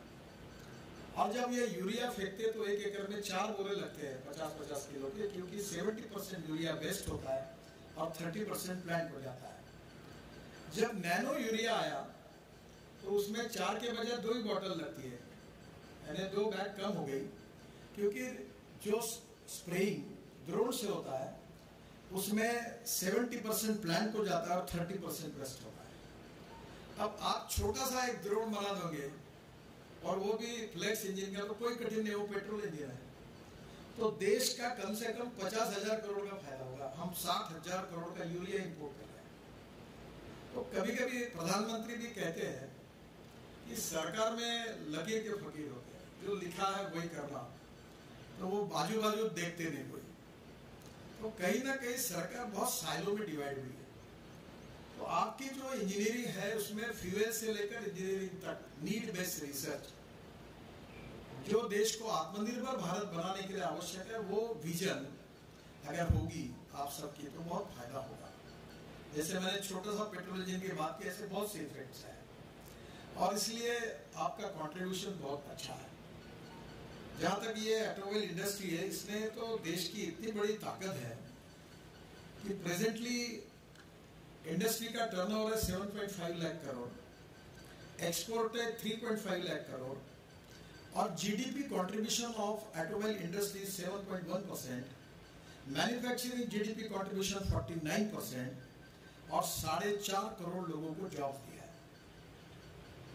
और मेरा एक ऑब्जेक्टिव और मेरा विश्वास है कि इंडियन ऑटोमोबाइल इंडस्ट्री, जब मैं आज तक जो बोलता हूँ, वैसे पॉलिटिशियन बोलता है वो करता भी नहीं और कभी होता भी नहीं, ऐसा अनुभव लोगों को होता है, पर योगा से मेरा अच्छा है कि मैं जो बोलता हूँ 100% हो जाता है, आधे बार कहीं छूट जाएगा। तो मेरा विश्वास है कि 25 समाप्त होने के पहले ये हमारा ऑटोमोबाइल सेक्टर वर्ल्ड का number 1 manufacturing automobile hub in the world हो, और हम पूरे दुनिया को एक्सपोर्ट करने वाले होंगे। और स्क्रैपिंग पॉलिसी के कारण हमारे कंपोनेंट की कॉस्ट हम 30% कम करने में संभव सक्सेसफुल होंगे। हमारे स्टार्टअप हमारे यहाँ है, वर्ल्ड की सबसे young talented engineering man power हमारे पास है, और हमारे यहाँ इतना रिसर्च कर रहे हैं, स्टार्टअप आ रहा है। अभी 250 लोग तो स्कूटर बना रहे हैं, और जो स्कूटर बना के लाए बेंगलोर के कंपनी की, मैंने स्लिक मॉडल जगह इतना सुंदर बनाई उन्होंने। अभी इलेक्ट्रोलाइजर बना रहे हैं हमारे इंजीनियर। तो मुझे लगता है कि यहाँ टैलेंट की कमी नहीं है। तो आने वाले समय में इस क्षेत्र में नंबर 1 में 15 लाख करोड़ की इंडस्ट्री 2025 तक ये बनेगी, और कम से कम 2.5 से 3 करोड़ नए जॉब्स क्रिएट होंगे। और ये इंडस्ट्री है कि जो भारत सरकार को और राज्य सरकार को सबसे ज्यादा GST देने वाली इंडस्ट्री ये है, जो आपको हमको रेवेन्यू देते हैं। तो मुझे लगता है कि हमारा TVS, Bajaj, hero 50% two wheeler export करते हैं। और आजकल तो मैं पोर्ट का मंत्री था, तो मुझे मालूम है, मैंने स्पेशल व्यवस्था की थी, गाड़ियां खड़ी रहती थी पोर्ट में, बसें सब जा रहे। साउथ अफ्रीका में तो इधर ही जाता है। और अभी मुझे सुजुकी, टोयोटा सभी बता रहे हैं, वो लोग बता, कमल जी बैठे हैं।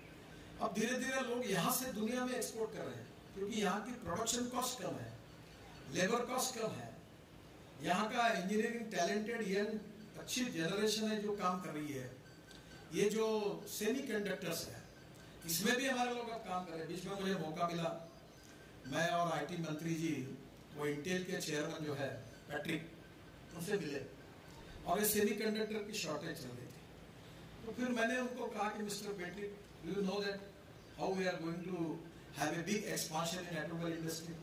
तो मैंने उनको जब ये पूरा डाटा बताया, तो मुझे बताया गया था कि पहले वो इस माइंड में नहीं था, बाद में उन्हें जाते जाते हम दोनों को एश्योर किया कि हमारी मैन्युफैक्चरिंग कैपेसिटी हम जितनी बढ़ा सकते हैं उतनी इंडिया में बढ़ाएंगे।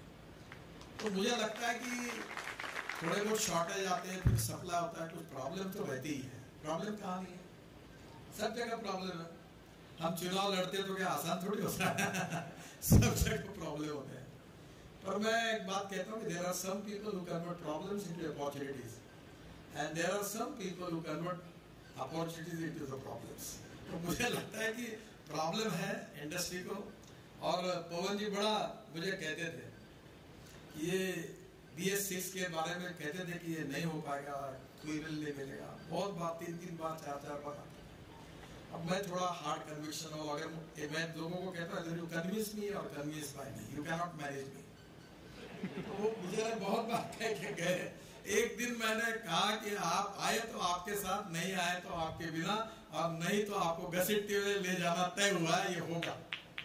अब मुझे इतनी खुशी है, हमारे कारण नहीं होगा, उन सब लोगों ने मेहनत की, और ये यूरो 6 में हुआ। अभी इसके कारण हमारा एक्सपोर्ट बढ़ा, क्योंकि वर्ल्ड में अभी हमारे व्हीकल जब यूरो 6 स्टैंडर्ड के बाद तो स्वाभाविक रूप से डिमांड बढ़ी।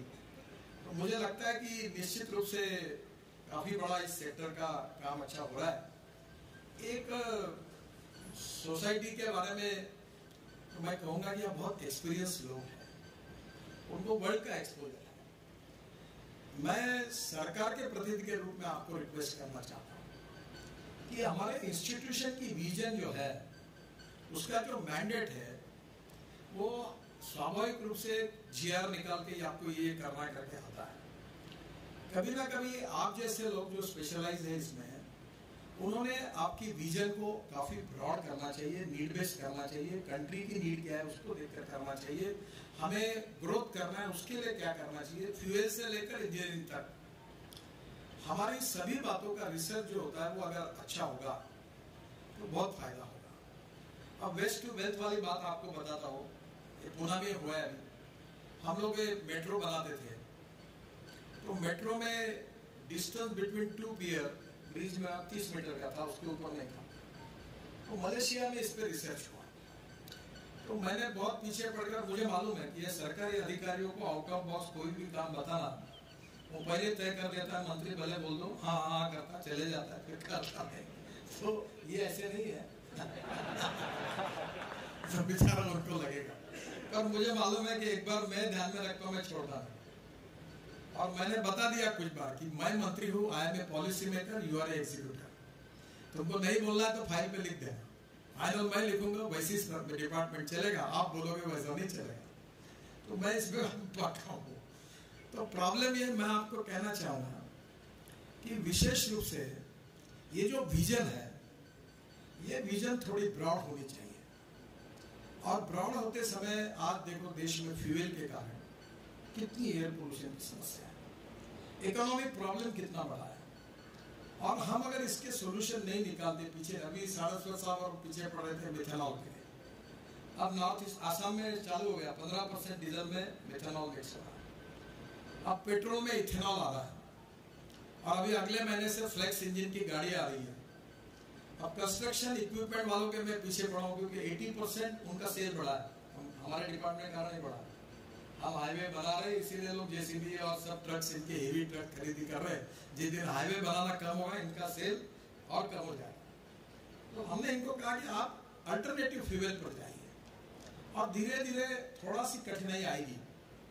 अब लिथियम आयन बैटरी की बात हो रही थी, तो सोडियम आयन, जिंक आयन, काफी प्रयोग। मुझे याद है मैडम जब डायरेक्टर थी तो मैंने कहा इसरो के साथ कॉन्टेक्ट करिए। तो सैटेलाइट में वो जो बना रहे लिथियम आयन बैटरी यूज कर रहे, तो उनके पास कोई टेक्नोलॉजी है क्या? अब वो इनसे बात नहीं करते, वो उनसे बात नहीं करते। ये गवर्नमेंट में बहुत बड़ा प्रॉब्लम है कि कोई किसी से अपने डिपार्टमेंट में आपस में बात नहीं करता। जैसे कोई हमने नियम निकाला कि आपस में चर्चा नहीं करता। तो फिर मैंने उनको कहा इनके पास जाओ, इनको कहा उनके पास जाओ। और आप देखो अभी इतना अच्छा काम हुआ है कि मैं जब अभी फरीदाबाद में इंडियन ऑयल के पास गया था, तो उन्होंने एल्यूमिनियम ऑयल का भी, प्लेट का भी टेक्नोलॉजी ढूंढी और शायद महिंद्रा ने वो ली। तो मुझे लगता है लिथियम आयन के अल्टरनेटिव काफी हो सकते हैं और आप लोग उसमें काम कर रहे हैं। और वो 6-8 महीने में, साल भर में ये काफी पॉपुलर हो जाएगा और इसमें देश आत्मनिर्भर बनेगा। दूसरा जो फ्यूल के बारे में है, अभी फ्लेक्स इंजन के बारे में, वो भी अभी मुझे सुजुकी, टोयोटो और हुंडई सब ने कहा कि हम ये मॉडल लाएंगे। तो मुझे लगता है कि अब इथेनॉल का इतना डिमांड है, बढ़ेगी, कि हम राइस, ब्रोकन राइस से इथेनॉल बना रहे हैं। अभी तो इंडियन ऑयल पानीपत में ये जो परली जलाते हैं राइस स्ट्रॉ, इससे 1 lakh litre ethanol, second generation ethanol और 150 टन पर डे बिटुमिन बना रहे हैं।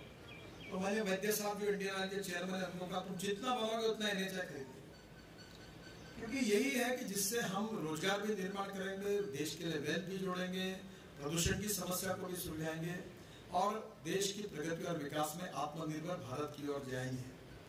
और इसलिए आप लोगों ने इस इंडस्ट्री को काफी अच्छे तरीके से, आप लोगों के कंट्रीब्यूशन के कारण ये बढ़ी है। जो सीनियर लोग बैठे जिनका मैंने आज सत्कार किया, उनका भी इसमें बहुत बड़ा कंट्रीब्यूशन है। मुझे बहुत खुशी हुई अभी विशेष रूप से वाक साहब को और गोयनका जी आज नहीं है महिला में, पर उन्होंने शुरू किया काम है, उनको और उनके सभी सहकारियों को मैं धन्यवाद दूंगा कि डिजाइन अच्छे हुए और लोग अब आने लगे कि नहीं ये गाड़ी पसंद करने लगे। तो मुझे लगता है कि लोग अभी सस्ता है करके, मैंने एक बार गोयनका जी को कहा था मेरी भाषा में कि सस्ता मिल रहा है करके गरीब आदमी ब्लैक एंड व्हाइट टीवी नहीं खरीदता। रिक्शा चलाने वाला भी बोलता है मेरे को कलर टीवी चाहिए। एक बार आपके कारण मैंने एक बात मानी थी, पर मुझे मन में अभी भी लगता है कि मैंने गलत किया था। वो आपके वो कि ट्रक की जो केबिन थी ड्राइवर की, वो मैंने एयर कंडीशन करने का नियम निकाल दिया था। साहब मेरे पीछे पड़े, बहुत बार पड़े, आखिर मैंने उनके कहने पर उसको ऑर्डर को कैंसिल किया, क्योंकि 18 घंटे जब ड्राइवर चलेगा तो उसका भी, अब फॉरेन में तो तुरंत उतर जाता है, बेचारे की स्थिति क्या होगी। और इसलिए आने वाले समय में जितने सुधार करेंगे, अभी ड्राइवर 22 लाख ड्राइवर की कमी है।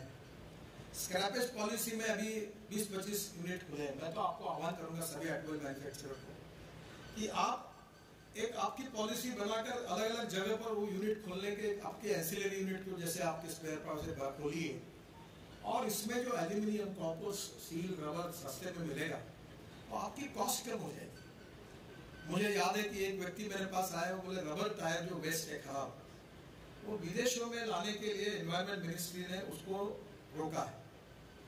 तो मैंने बोला आप क्यों लाना चाहते हैं? तो बोले मैं बिटुमिन में 10% रबरेज बिटुमिन यूज करना चाहता हूँ। मैंने हमारे लोग बोले बिल्कुल अच्छे रोड बनते हैं। फिर उसमें वायर निकली, तो ये जो मैं पियर वाली बात करता था उसका जो जैसे उसका बारीक पाउडर कीस बनता है, तो वो डालने से अभी हमारे पास एक टेक्नोलॉजी से हजारों करोड़ बच गए कि between distance between two pier 120 metre हो सकता है, क्योंकि ऊपर का जो प्रीकास्ट है बीम वो स्टील फाइबर में हो रहा है।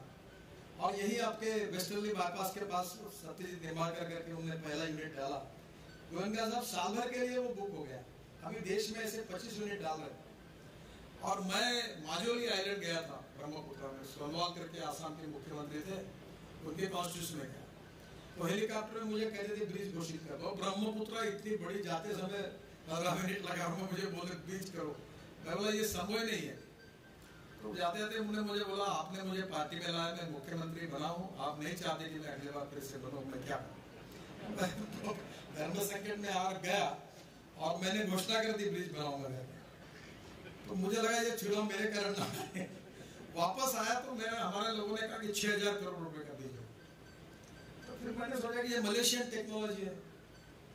फिर मैं पीछे पढ़ के वो ब्रिज, उस टेक्नोलॉजी में हमने टेंडर निकाला, तो 6000 करोड़ का ब्रिज यूपी ब्रिज कारपोरेशन ने 680 करोड़ में दिया और bridge, this is the technology. तो मैं आपको यही कहूंगा कि ये बहुत कॉस्ट इफेक्टिव है, और इसलिए आने वाले समय में नए नए मटेरियल भी अच्छे कंपटीशन। अभी स्टील वालों ने भाव बढ़ा, तो ग्लास फाइबर स्टील ला, मैं उसको अलाउ कर रहा हूँ। एक आदमी की मोनोपोली होती है तो वो लोगों को लूटना शुरू करता है, और 10 बार कंपटीशन रही तो वो सही चलता है, बराबर रास्ते में ठीक चलता है। तो कंपटीशन के बिना कंज्यूमर को कल्याण नहीं हो सकता। इसलिए डिफरेंट मटेरियल पे मुझे खुशी हुई कि गाड़ी एल्यूमिनियम की बनी, तो मैंने कहा इसको भी आप जरा फाइबर बनाओ, कोई नया उसमें बन सकती है क्या, देखो, ताकि सस्ती बने। तो मुझे लगता है कि ये जो रिसर्च एंड डेवलपमेंट है, इसमें आपके सोसाइटी का, ऑटोमोटिव इंजीनियर्स का, इंडस्ट्री का जो बहुत बड़ा कंट्रीब्यूशन है, जिसके कारण ये सेक्टर आगे बढ़ रहा है। और मेरा विश्वास है कि आज आपकी सिल्वर जुबली हो रही है, ये और देश के विकास में टेक्नोलॉजी के दृष्टि से, इनोवेशन के दृष्टि से नए नए रिसर्च करके आपका कंट्रीब्यूशन मिलता रहेगा, और इसी के कारण हम आत्मनिर्भर भारत बनेंगे।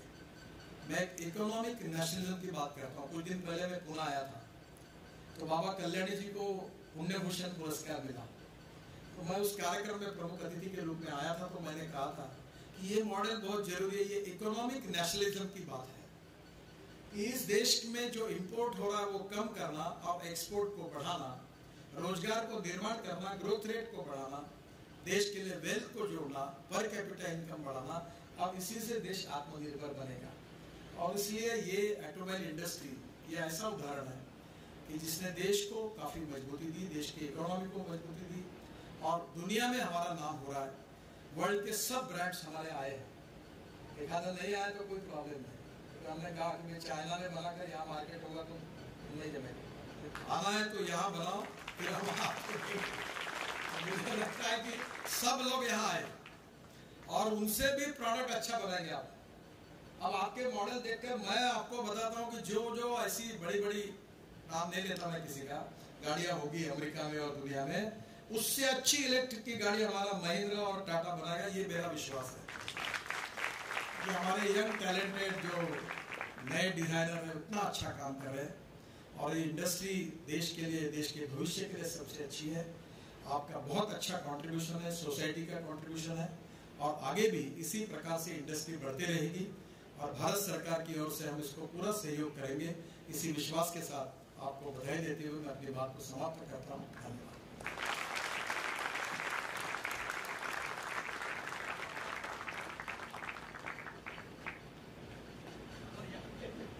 धन्यवाद मंत्री जी, very well put. Thank you so much for putting the perspective in the right sense. I think SAE India is very proud to have you here. On behalf of all of you, SAE India, ARI, and Indian Mobility Fraternity, wanted to thank Honorable Minister and the JS. Now they have the next schedule. Other dignitaries on the dais can stay on. Honorable Minister, JS Sir, and Director ARI will proceed for the next schedule. May I please request all of you to give a standing ovation. Please. Thank you so much, sir.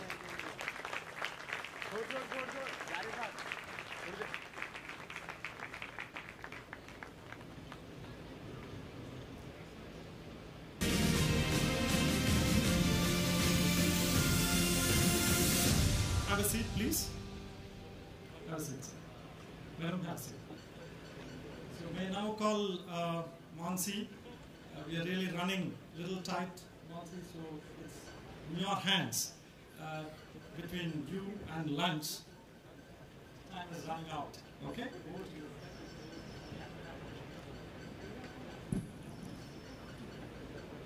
I request everyone to please be seated. No organization flourishes without the tireless contributions of its members and office bearers.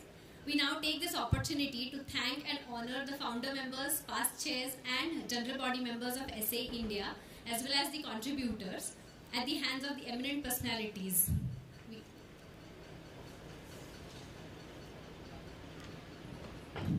May I request, I will just go on calling 5 or 6 people in groups, and they can please come on the dais. Yeah, please use the stairs on your right to step up on the stage and then leave the stage from your left side.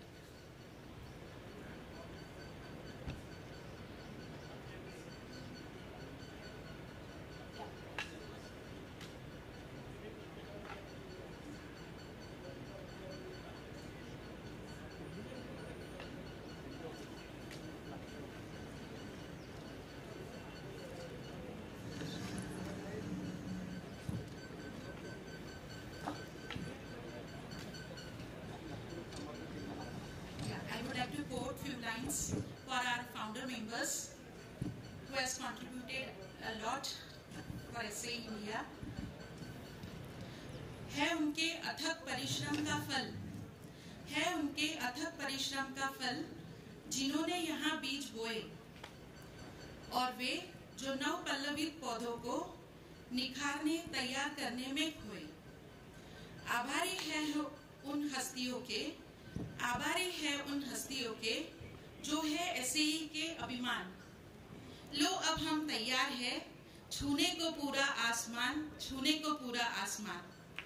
So thank you all the founder members for contributing to SAE India.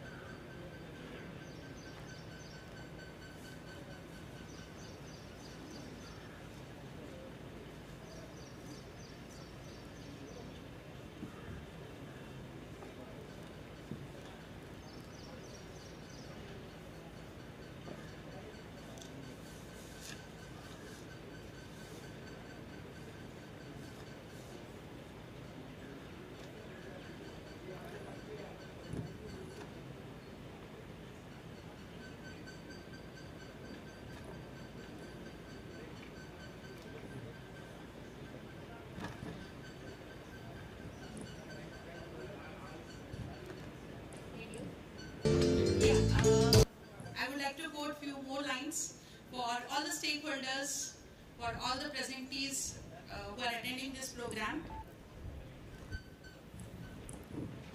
25 साल कैसे बीते न लग पाया अंदाज, 25 साल कैसे बीते न लग पाया अंदाज, ज्ञान के इस सागर की सालगिरह है आज, ज्ञान के इस सागर की सालगिरह है आज। हिल मिलकर हम रहे, सबका रहा सहयोग। सोचते हैं कब आएगा ऐसा फिर से योग। आभारी है हम सबके जो दूर दूर से आए। राष्ट्रीय स्तर के इस मेले में आप सभी छाए।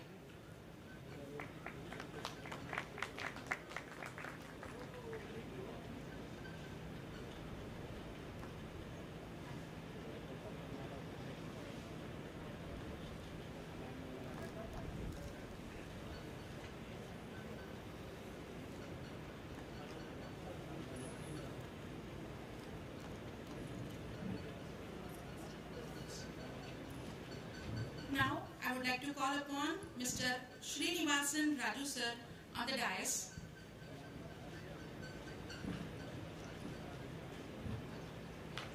I request Mrs. Rashmi ma'am to felicitate Mr. Srinivasan Raju sir.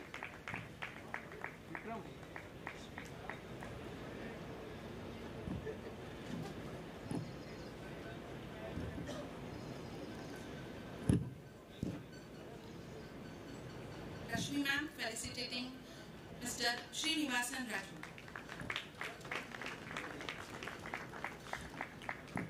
Now I call upon Mr. R.P. Sharma. Mr. R.P. Sharma, Mr. U.A. Kulkarni, Dr. V.A. Pankhwala,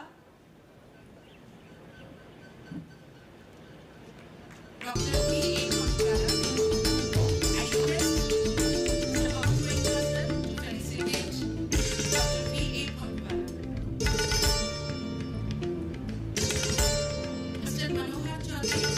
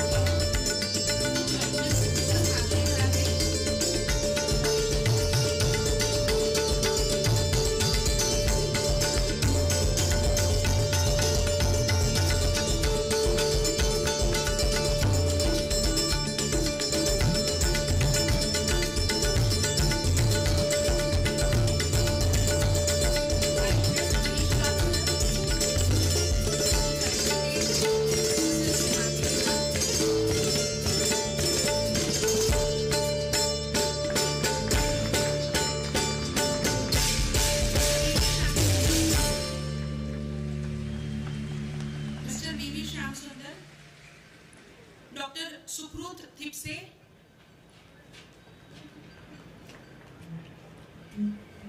I request all the dignitaries to please felicitate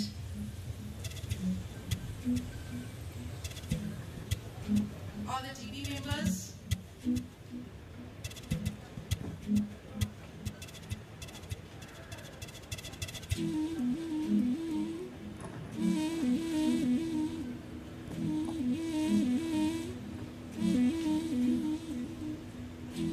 Mr. A. Akbar Badusha, Professor A.B. Bagmare,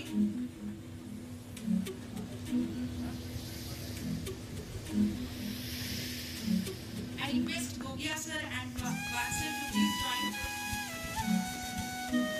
Goenka sir and Rashmi ma'am for the felicitations. Yeah, Professor A.B. Bagmare sir.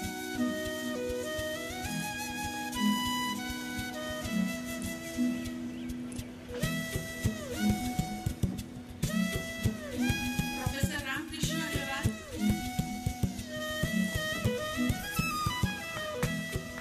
Mrs.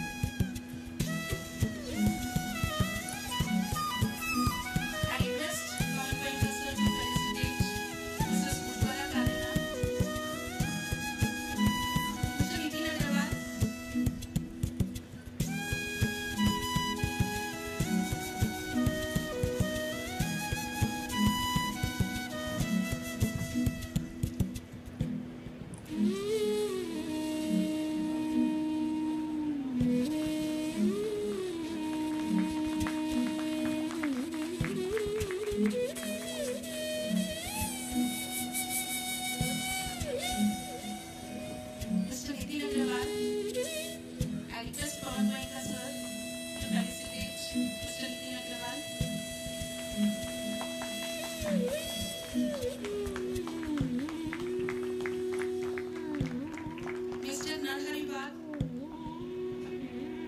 Mr. Narhari Bagh. Dr. Amar Pandey. Dr. Amar Pandey.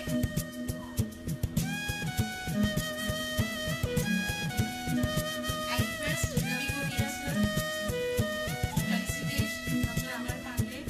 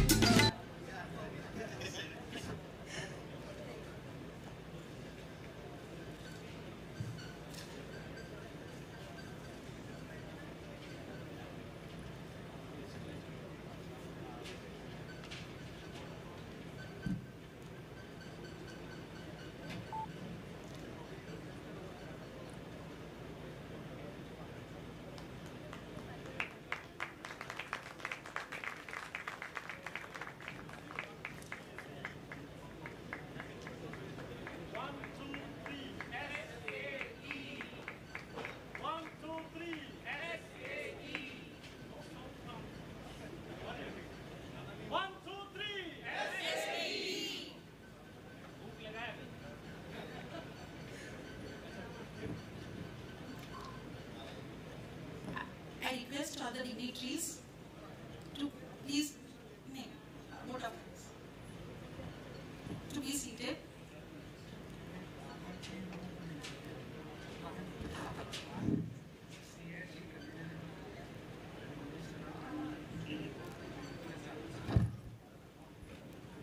We are also request dignitaries to felicitate the past conveners of SIA, Mangesh Saraf sir and Vijay Kulkarni sir, for their contribution in SIA as well as the SAE activities. So request Saraf sir and Vijay Kulkarni sir to please come on the dais.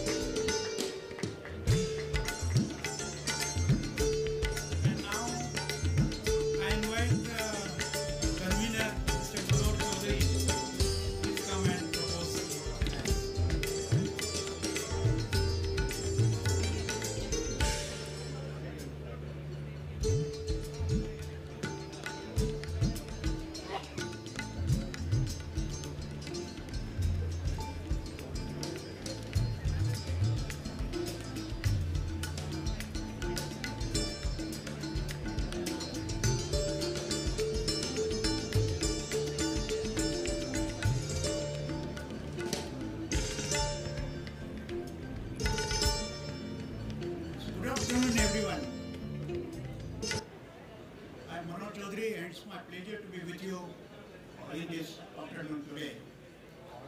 I'm going to make a very short speech of the vote of thanks for the two reasons. that the lunch is already arranged. People are quite hungry, and I was told at the back that you should not exceed more than the 2 to 3 minute speech of the vote of thanks. So big thank you to you all.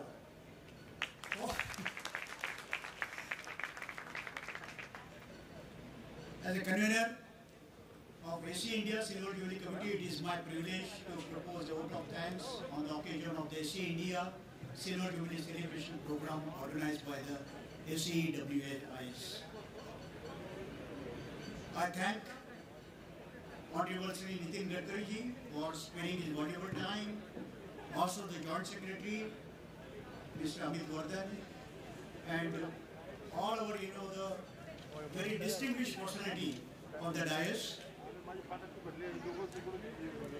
all panelists, all keynote addresses, keynote address, Mr. Vijay Sharma, and all panelists of the panel session, and you all for gracing the occasion.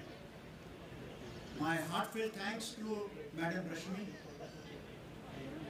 Paul Goenka ji, Ravi Gogia ji, and Girishwaq ji for your participation and guidance.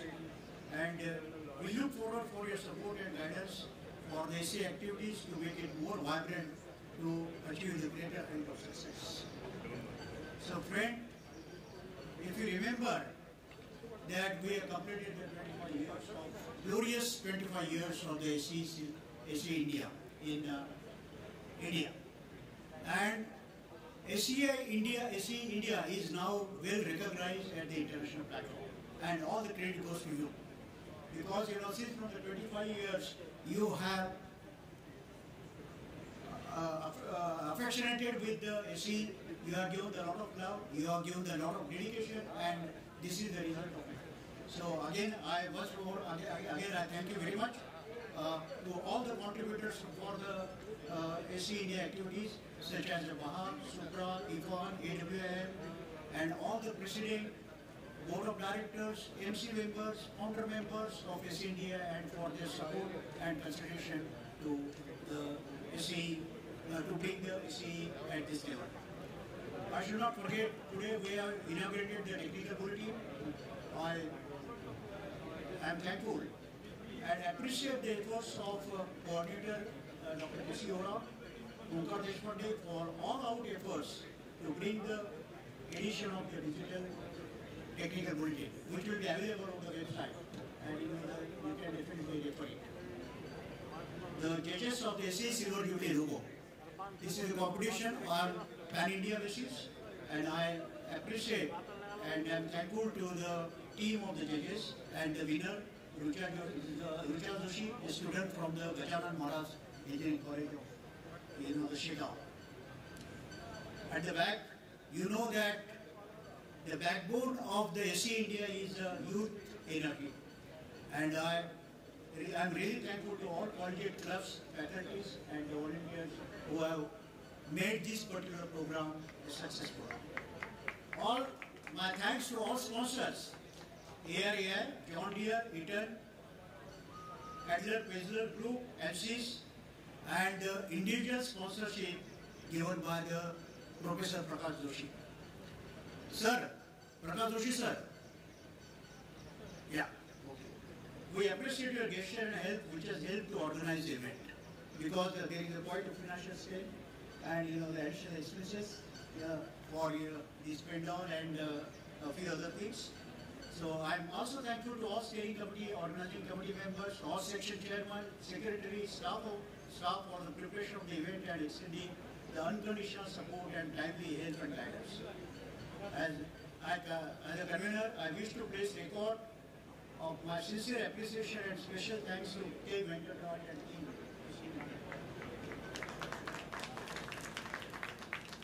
And also the team of SAEWS, Sanjay Nibandhe, Ramesh Pasrija, Sagar Onkar, Archana, Keshav, Narari, for their undying contribution. Friends, you know that 25 years of this particular celebration hasn't come just like that. I think my special announcement today is that I would like to make a special mention of a single organizations who have supported SAEWS since inception, unconditionally allocating the resources like space, manpower, infrastructure to run the activity nearly for 25 years with affection and love. No other than the AII. You feel and experience the commitment at the highest level as all former and present director of the AII are present today. What a remarkable moment for all of us. The senior most director, Dr. Pramod Parajabhai, then Brigadier Purani, who is not able to attend it, but I have received the best wishes from Dr. Purani. Then Mr. Balraj Bhano, Mr. S.R. Marathe, Madam Rashmi, and Present Director Vijay Sharma. Let us give them the standing ovation for joining our hands together. I think this is a proud moment for AII and all of us.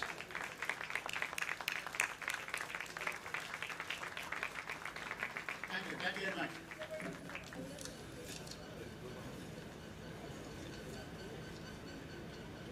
So thanking you all and dhanyawad for your participation and gracing the SE Silver Jubilee Celebration Program. I again thank all the volunteers who have given the very untiring services for making this particular program successful. And herewith, now on behalf of the AII, I cordially invite you for the lunch, and I request you to raise for the national anthem, and then we'll go for the lunch and the discourse. So thank you very much once again. Big thank you to you all.